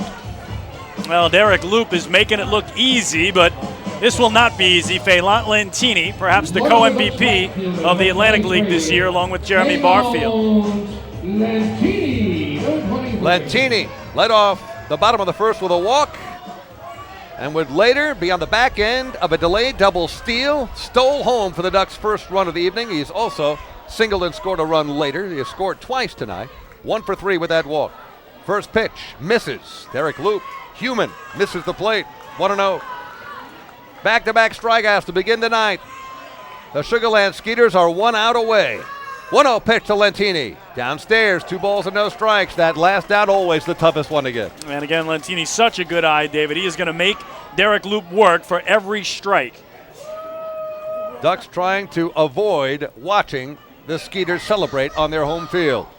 2-0 pitch is on the way, and that is up and in. 3 balls and no strikes to Phelan Lentini. Remember, he gets on He got the tying run at the plate. And Loop a little frustrated there. Threw out his hands to the side at home plate umpire Tom Gandolfo Jr. So maybe this could get him off his game here. 3-0 pitch to Lentini, taking all the way. It's downstairs. The Ducks do what they had to do here tonight. They bring the tying run to the plate. And it's going to be Dan Lyons. Well, it's a municipal credit union walk with a purpose. Every time a Ducks batter walks, the Quackerjack Foundation wins the biggest walk of the season for Long Island as they have the tying run at the dish. Let's see what Dan Lyons can do. He is 2 for 3 tonight with a sacrifice. A bloop single in the first, single in the third, that sacrifice in the fifth, and bounced out in the seventh. Pitch to Dan on the way. Gets away from catcher Wilfredo Rodriguez, and Phelan Lantini gets to second base. If nothing else, that means there's no force play. Yep. Again, they'd have to go to first to get Lyons as opposed to the short way at second. And now a little meeting on the mound here as Derek Loop, clearly frustrated on that ball call by Tom Gandolfo Jr. at home, now spins one into the dirt. Dan Lyons did have 7 home runs in the regular season, and that was tied for 5th most on the fly. Including one that led to a certain home run call that I'll never forget. Yes, you did. 1-0 the count to Dan Lyons. Phelan Lantini leading off second base. 2 outs, bottom of the ninth. Ducks trailing by 2 and trailing 2 games to none. Big looping curveball from Derek Loop finds the inside corner. It's 1-1 as a mist starts to push across Bethpage Ballpark. Duck fans have not given up. Neither have the Ducks. Stepping off is Derek Loop as Phelan Lantini was dancing off the second base bag. And now another meeting on the mound. Well, the guy at the plate does have the last waddle-off game-winning hit in a championship series game for the Long Island Ducks. Of course, that happened back in 2012 here at home in Game 5 against the Lancaster Barnstormers. Bottom of the ninth, tie game. Dropped down a bunt that scored Matt Esquivel from third, and the Ducks won the title. Dan Lyons here. He hits it out. He extends the game. He can tie it up. All he wants to do is just extend the game and keep it going. 1-1 the count. Pitch to Lyons on the way. Takes inside. It's 2-1. Boy, I tell you, the way Derek Loop mowed down Mike Dowd and Mike Blank, you would think there'd be no problem. But he walks Phelan Lantini, falls behind on Dan Lyons. You know, everybody's squeezing the ball a little more tight here. 2-1 pitch on the way, and that one's ripped down the left field line, but foul. So the Ducks are down to their final strike. It's 2 balls and 2 strikes with 2 down, 2 on. Ducks trailing by 2 in games and in runs. Lots of deuces all over the place. Sugarland needs 1 more strike. 2-2 pitch on the way to Dan Lyons, just inside and low. The count is full. It had to come down to this, right? It had to be a full count. Just had to be. You knew the drama had to come down to the bottom of the ninth. As we said, the Ducks making it as difficult as possible in their efforts to try to keep this thing going. 3-2. 2 down. Derek Loop comes set to Dan Lyons. The pitch is on the way. Misses the plate. Ball 4. 2 on now. The tying run is aboard in the person of Dan Lyons. Lantini at second base. Delta Cleary Jr., one of the league's leading hitters, coming up. Unbelievable, David. Now you get the tying runs on, and Loop, after the back-to-back strikeouts, issues back-to-back walks. Delta 3 home runs in the regular season, none in the postseason. Again, batting here, though, from his weaker side. He hit 140 points higher as a lefty this year than from the right side. 0 for 3 with a walk tonight. Delta Cleary Jr. is the winning run at the plate. Pitch on the way, inside. Suddenly, Derek Loop can't find the plate. One of the coaches for the Sugarland Skeeters. I know Jeff Scott, their pitching coach, is not with them on this trip, the former Long Island Ducks pitching coach. So they have another coach head out to the mound here to try to settle down Derek Loop. And I'm sure everything gets a little tight, especially for a guy like Loop, David, a veteran Atlantic leaguer, a veteran minor leaguer, knowing he's 1 out away from a championship, was 1 strike away from a championship, and just couldn't get it. Listen to these fans. Turning out on a raw and chilly evening. I believe that's Rafi Montalvo who went out for Sugarland. So Cleary at the plate.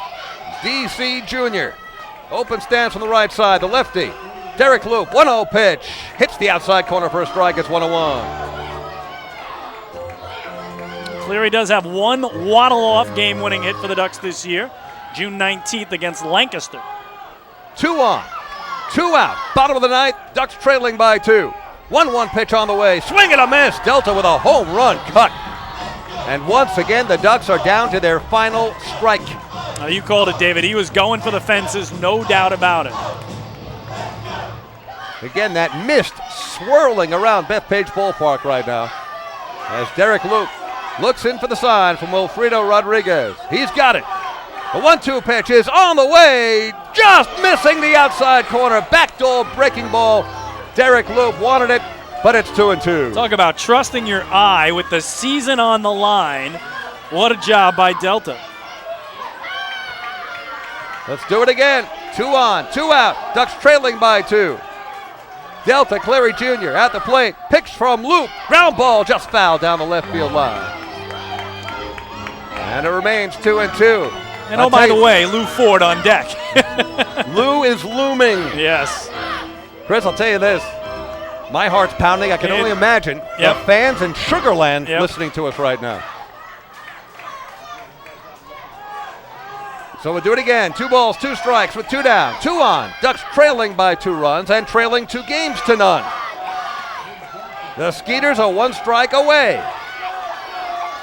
Delta Cleary Jr.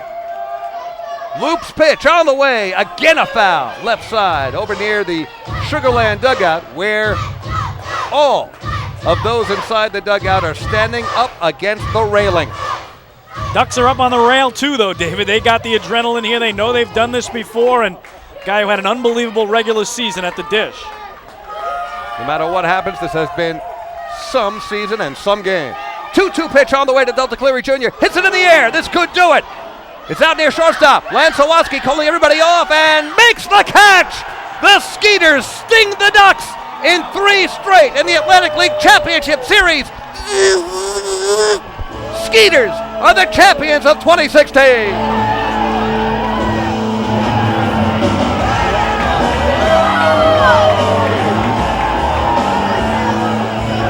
Well, you see the euphoria, the joy of victory and the agony of defeat, but congratulations to Gary Gaetti and the entire Sugarland Skeeters organization in their 5th anniversary season. They win their first Atlantic League championship, and David, they become the first team in Atlantic League history to go 6-0 to win a title. They swept York in the Freedom Division Championship Series. They sweep the Ducks in the Atlantic League Championship Series. Duck fans with a forlorn look looking out of the pitcher's mound where the Sugarland Skeeters continue to mob each other. The Ducks looking on as well from inside the dugout at what might have been. They accomplished so much this season. The first half Liberty Division title, then coasting into the playoffs, falling behind the Somerset Patriots 2 games to none, only to win the next 3 here at home, advancing to the championship series, losing 2 in a row in Sugarland, Texas, coming back home. It was a back and forth affair tonight. The Ducks did have a few leads along the way, 1-0 and then again 3-2. But in the end, a 5-3 win for the Sugarland Skeeters. Too much to overcome. And the Skeeters have won their first title in team history. So again, an amazing, amazing season for Sugarland. Couldn't take the first half as the York Revolution were too much for them, but did win the second half title. And then in an unbelievable series in which they rallied back from a 7-run deficit in Game 2 to win that, swept away the Revs, came here up 2-0, facing a Duck team that had come back from 0-2 down against Somerset, and trailed in this game as well, 3-2, into the 7th inning when they scored 3 runs on 4 straight 1-out singles to spell the end of the night for Nick Struck. The bullpen did the rest, hanging up zeros in the bottom of the 7th, the bottom of the 8th, and the bottom of the 9th. And congratulations to everyone in this Skeeter organization. David, we know we have a lot of folks watching tonight down in Texas. Enjoy it, everyone. It takes a long, tough road to get where they are. David, 5 years in, just like the Ducks celebrated their first title in their 5th anniversary season. the Skeeters are champions. Make a great point, Chris, because you and I were there 2004 when the Ducks won their first title. And no matter how many you win, there's nothing like that first one. The memories being made by the Sugarland Skeeters here tonight, and what you're seeing on the field, you're watching on the Ducks YouTube channel, whether you're here in Long Island or especially down in Texas. These are memories for the Skeeters and their fans that will last a lifetime. And again, we are going to stay with it here, folks. We will bring you the entire ceremony as they are awarded the Atlantic League Championship Trophy. We'll bring you the audio of that, the presentation of the MVP award as well, as the Skeeters continue to celebrate out on the mound. The Ducks have quickly gone to their clubhouse, David, as they had their heads dropped. But as you said, an unbelievable season for Long Island. They fought through such adversity to lose 4 starting pitchers in the month of July, 2 to the major league organizations, 2 to Taiwan, to fill those gaps in the second half, do an unbelievable job of really straightening themselves out on the final road trip of the year, winning 6 of their last 8. We talked about the history of being just the second team ever to rally from an 0-2 deficit to win a best-of-5 series in Atlantic League history. Thought they had the ability to do it again here tonight, and for a while it looked like they would with that 3-2 lead into the 7th, but Nick Struck just couldn't get the outs he needed, and the Skeeters did their job. They got the big hits when they needed them most, and then the bullpen did the rest, with Derek Loop picking up his 4th save in 5 playoff appearances. That was some 9th inning, too. Mike Dowd and Mike Blank, pitch hitting for Anthony Vega, went down very quickly on back-to-back strikeouts. Then Derek Loop had some calls not go his way, but started missing the plate. Walked Phelan Lentini, walked Dan Lyons, and then Delta Cleary Jr. with 1 home run cut, looking to end the game and extend the Duck season. Swung through it, and then ended up popping out to shortstop, Lance Zawoski. Now the team photo being taken as the Sugarland Skeeters gather just off the third base line. David, they have 1 player that's been there all 5 years. That's Michael Nix. They have 2 players who have been there 4 of the 5 seasons, including Travis Scott and Sean Gallagher, who was the winning pitcher tonight, and Travis Scott, their cleanup man, who obviously had a huge homer to win Game 2. The Atlantic League Championship Trophy is headed out towards the field, and in just a minute we'll have the presentation. As I see President Rick White is there, Joe Klein, the Executive Director of Baseball Operations, on the field as well. And in just a moment, we'll turn the mic over. Here's Rick White. My name is Rick White. On behalf of the entire Atlantic League, I'd first like to congratulate the Long Island Ducks for their Liberty Division Championship. They had a heck of a year. Frank Bolton, Mike Taft, Kevin Baez, phenomenal year, fellas. Now it's my pleasure to present the championship trophy to Bob and Marcy Zlotnick, the owners of the Sugarland Skeeters, and Gary Gaetti, the manager of the Skeeters, Jay Miller, the president of the Skeeters, and the entire Skeeters squad. The 2016 Atlantic League champions. Congratulations, guys.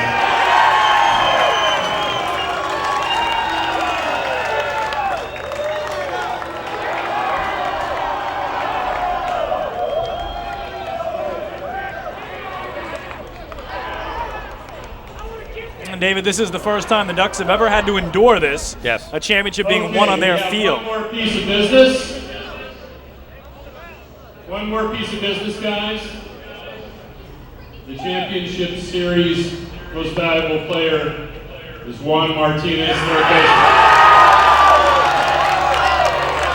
And how about that? The number 9 man in their order. Yep. Juan Martinez, the late season addition, winning championship series MVP. He played just the final 6 games of the regular season, David, but played 6 games, obviously, in the playoffs and helped him go 6-0. So congratulations to Juan Martinez, who, again, coming into this game, was hitting .353 in the playoffs. Tonight he had a 1-for-4 night with a run and a single. Run scored and a run knocked in, and now they'll get out that championship banner and surround that. That indicates again that the Skeeters are first-time champions in their 5th anniversary season. I think a couple more pictures, David, and they will let this celebration continue in the visiting clubhouse. We talked about how the only other previous championship series lost by the Ducks was in 2011. You were there in York, David, and the Revs celebrated on the home field, but the Ducks have never had another team celebrate a championship on this field. It happens tonight for Sugarland. This will always be their field of dreams. much like Campbell's Field in Camden, New Jersey, was the Ducks' Field of Dreams when they won their first championship there back in 2004. And going back those 12 years to 2004, the Ducks had one happy bus trip back to Long Island after winning in Camden. For Sugarland, due to the geographic proximity of where they are, it's going to be a very happy flight, and they may not even need a jet. I agree with you, David. So they will make their way off. We'll stay with it here for all you Skeeter fans down in Texas. Congratulations. And David, you've heard me talk many times about Constellation Field, the home of the Skeeters down in Sugarland, Texas. Simply the most beautiful ballpark I've ever seen in my life in the minor leagues. It rivals some major league ballparks. They've been a great addition to the league since they joined 5 seasons ago. And here tonight they get the celebrated title. Congratulations to this entire organization as to what they were able to do, something that no one had ever done in league history, to go 6-0 and win the championship. In 2016. See you next year. An organization that has certainly had outstanding fan support from day one. It has never wavered. Everyone who has been down there, and that includes you, Chris. I know everyone talks so highly about the field, but also of the fans and the passion that the entire community has had for the Sugarland Skeeters. Well deserved by the Skeeters this year. And as we feel for the Long Island Ducks, who have come to know so well over the years, the Ducks that just came aboard this year, others who have been with the team 4 years, Kevin Baez, who's a very good friend of both of ours. You feel for them, but that will fade into a feeling of pride of what they accomplished this year. The most successful team in the history of this league are the Long Island Ducks in every respect, no matter how you measure it. They are the gold standard of this league and what they've accomplished since the year 2000. And this year, a very special year that came up just a little short. Again, they did celebrate their 5th league title as far as winning the division, as they are the Liberty Division champions. But the Ducks, 5th time to the finals. They had 3 Atlantic League championships in 04, in 12, and 13 as well. So 2004, 2012, 2013 titles. They lost in 2011 in York and lose here in 2016 to a Skeeter team that was not to be denied. Again, sweeping away the Revs in the Freedom Division Championship Series and then doing the same to the Long Island Ducks. So they will pose for a few more pictures here. We'll let them do that. The pictures tell the story. We'll take a break, and when we come back, David and I will look back at this game, a wrap of the season as well for the Long Island Ducks. Again, the Sugarland Skeeters are the 2016 Atlantic League champions. Hey fans, this is outfielder Phelant Lentini, and you're listening to Ducks Baseball on the Ducks official YouTube channel, youtube.com/DucksBaseball. Hey PSEG Long Island customers. Want to learn how to save on your electric bill? Here's one way. You can save up to $100 each year by simply replacing 10 incandescent bulbs with CFL or LED bulbs. Want to save even more? Take our online home energy survey. It's free. It takes just 10 minutes to complete, and it may save you hundreds more. Find out about our energy efficiency programs at www.pseglinY.com/save money. Take your group out to the ball game this season and enjoy all the fun of Ducks baseball at discounted prices with the picnic area, luxury suites, the Smokin' Owls party deck, the Trout Town fan can, and so much more. Bringing your group to the game will be an unforgettable experience. The Ducks even offer opportunities to sing the national anthem, serve as the Ridgewood Savings Bank color guard, be the Nicolak Dream Team, put on a pregame performance, or shag fly balls during Ducks batting practice. To book your outing today, call 631-940-3825 and ask for the group sales department. Long Island Ducks Baseball. Good times every time.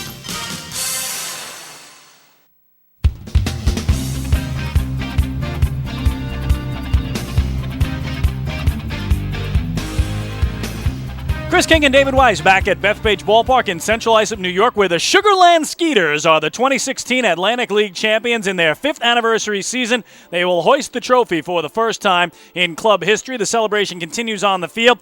Quick recap of tonight's game. Again, the Skeeters won both games down in Sugarland, Texas. Game 1 on Tuesday night, a 7-1 victory, and then a much closer contest Wednesday night in Game 2, a 2-0 victory. They would hand the ball to the right-hander Sean Gallagher, and the Ducks would counter with their right-hander Nick Struck. Ducks took a 1-0 lead in the bottom of the first as they pulled off a double steal. Phelant Lentini on the back end came home from third after Dan Lyons took off from second from first, and the Ducks had a 1-0 lead after one. But the Skeeters would take their first lead in the 4th inning. It was a 2-run double down the left field line by Lance Zawadski that brought home Jeremy Barfield and Travis Scott, and the Skeeters were on top. 2-1 in the middle of the fourth. Ducks would retake the lead, though, in the bottom of the fifth on an RBI double by Lou Ford, and Cody Puckett reached on an infield single. There was an error by the third baseman for the Skeeters, Juan Martinez, that allowed another run to score, and in this seesaw affair, the Ducks plated 2 and were back on top 3-2, but the big inning for the Skeeters would be the seventh. Trailing 3-2, they would put together 4 consecutive one-out singles against Nick Struck. Wilfredo Rodriguez the first, Jeff Dominguez the second, Juan Martinez a single to center that scored Rodriguez, and then the biggest hit of the night, Josh Prince, a 2-run single to center that brought home a pair of go-ahead runs, and Sugar Land was on top by the score of 5-3. That would be it for Nick Struck. 6 2/3 of 10-hit, 5-run ball. He allowed a walk and struck out 5. Sean Gallagher would retire the Ducks in the seventh without allowing a run. He finished at 7 innings of 7-hit, 3-run ball, 2 earned. He walked 4 and struck out 6. But the Ducks could not get it done against Andrew Johnston in the bottom of the 8th, and Derek Loop came in for the bottom of the 9th to try to close it out. He struck out Mike Dowd. He struck out Mike Blank, pitch hitting for Anthony Vega, but then walked Phelan Lantini, walked Dan Lyons. So the Ducks had the tying runs aboard. He got Delta Cleary Jr., though, to hit a high pop-up just behind second base onto the outfield grass. The wind was whipping it around, but shortstop Lance Zawadski stayed with it for Sugar Land, made a 2-handed catch, and the Skeeters had themselves a sweep of the Long Island Ducks and their first Atlantic League title. Final numbers tonight for Sugar Land: 5 runs, 10 hits, 1 error. They leave 5. For the Ducks, 3 runs, 7 hits, 1 error. They strand 9. The winner is Sean Gallagher. He goes to 1-0 in the playoffs. The loser, Nick Struck, he drops to 1-1. And Derek Loop picked up his 4th save in the 5 games in which he appeared. The game played in 2 hours and 37 minutes before a crowd of 3,393. So, David, on the field, the festivities, the celebration continues for the Sugar Land Skeeters, but for the Long Island Ducks, they'll remember this as another tremendous regular season where they went 40-30 in the first half to clinch a playoff spot. What usually happens when you do that? The big leagues come in, Taiwan comes in, they take away many of your best players. They lost 4 of their 5 starting pitchers in the month of July. To their credit, they rallied late in the year to win 6 of their last 8. They rallied from an 0-2 hole to defeat the Somerset Patriots. That just the second time that happened in league history. Fell behind 0-2 here and just couldn't complete the rally tonight despite having a lead into the late innings. I get the one word that comes to mind for the team this year, and we've seen so many teams change players during the season: resilience. Yep. They just bounced back so many times, as you said, being cherry-picked by major league organizations, losing most of their pitching staff along the way. Kevin Baez with just a marvelous job this year. And again, the veteran presence of players such as Lou Ford and Phelan Lantini, yep, both of whom, let's see, Lou is 40, Phelan's 39. I mean, you know, you're talking about all that experience, and Ruben Gotay, and then you got the young guys who have chipped in, the steady presence of Dan Lyons. You can go up and down the roster, and it was just a perfect fit for what the Ducks had to do this year. But it was just amazing. In so many cases, game in, game out, if they fall behind, they never gave up. The Ducks never quit. And again, they did welcome in their 7 millionth fan in the final home game of the regular season. They had another winning inning Wednesday this year where they gave away $10,000 to a lucky fan on a Tyler Colvin grand slam. So many unbelievable individual moments. We talked about the 5 waddle-off wins, and you bring up a good point, though. You never know who is going to be gone when next season begins. This is Lou Ford's 7th year with the Ducks. He's 40 years old. Phelan Lantini played his 3rd season with the Ducks. He's 39. Dan Lyons has played 6 years with the Ducks. Now, those are the cornerstones. John Brownell, again, did an unbelievable job to pitch games 1 and 5 in the opening round series. So you wonder who will return, who will not. The Ducks always do seem to do a terrific job of replacing those that leave and making their team competitive once again. But along the way, again, with those eras we had, the Doug Jennings, Justin Davies era, the Ray Navarrete era, it seems that there are cornerstone players who do stay. Yes. And then, of course, you have the interchangeable parts that come and go, but they always seem to fit together. And the Ducks gave us just a wonderful season with so many highlights along the way. Well, again, next year for the league, David, will be the 20th anniversary season of Atlantic League Baseball. It started back in 1998 with just 6 teams. They'll celebrate 20 years. The 2 franchises that still remain that will celebrate their 20th anniversaries, the Bridgeport Bluefish and the Somerset Patriots. Of course, for the Long Island Ducks, they will tee it up for season number 18 in the hopes of getting that elusive 4th Atlantic League title that they came up just 3 wins short of this season. The taste of defeat never tastes good. I just remember losing in York on that particular cold day, and Kevin Baez looking at me as we're standing around near the bus saying, we're going to be back next year and we're going to win it. And he's probably saying the same thing right now to his players, saying, it took a lot to get here, but we can do it next year and we can finish the job. Well, David, the Skeeters have finally made their way off the field. That trophy is headed towards the visitors' dugout, and I think that is our cue to make our way off this stage as well. You and I are always privileged to broadcast Ducks baseball. We are the only broadcasters that have done 18 years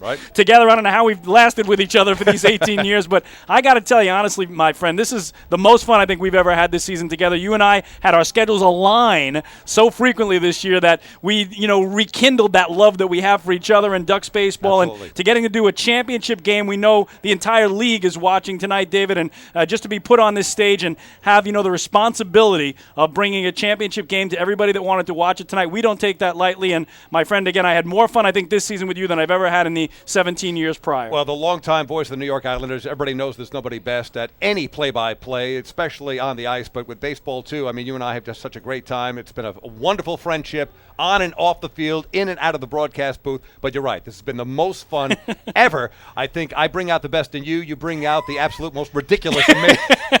I mean, incorrigible, I know. But, I've never had a better time this season. It has been just a great, great trip. And again, thanks to our partners, Michael Pollock, Keith Rad, doing an unbelievable job. The yeoman's work of the season between those two. You and I get to jump in here and do incredible games like this one here tonight that was a vintage, playoff game that just ended up the wrong way. And, David, you're going to take us home for one final time. I can't wait to see what you have cooked up for the end of this one. But for the final time this season, say goodnight, Gracie. Let's do it. Let's say goodnight with a big thank you, of course, to Frank Bolton at the top, Mike Pfaff, and the entire staff of the Long Island Ducks. Final score from Bethpage Ballpark in Central Islip for the final time. The Sugarland Skeeters 5, the Long Island Ducks 3. In Game 3 of the 2016 Atlantic League Championship Series, the Skeeters are the champions. We invite you to join us for our next Long Island Ducks broadcast next April when the Ducks open their 18th season. Pre-game show starts at 6:20, first pitch 6:35 on whatever day that happens to be, right here on Long Island's home for Ducks baseball, LIDucks.com.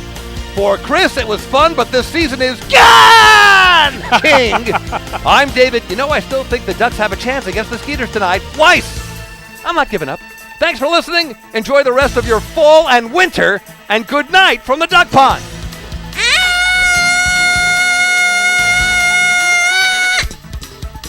Oy vey. Good night, Mom.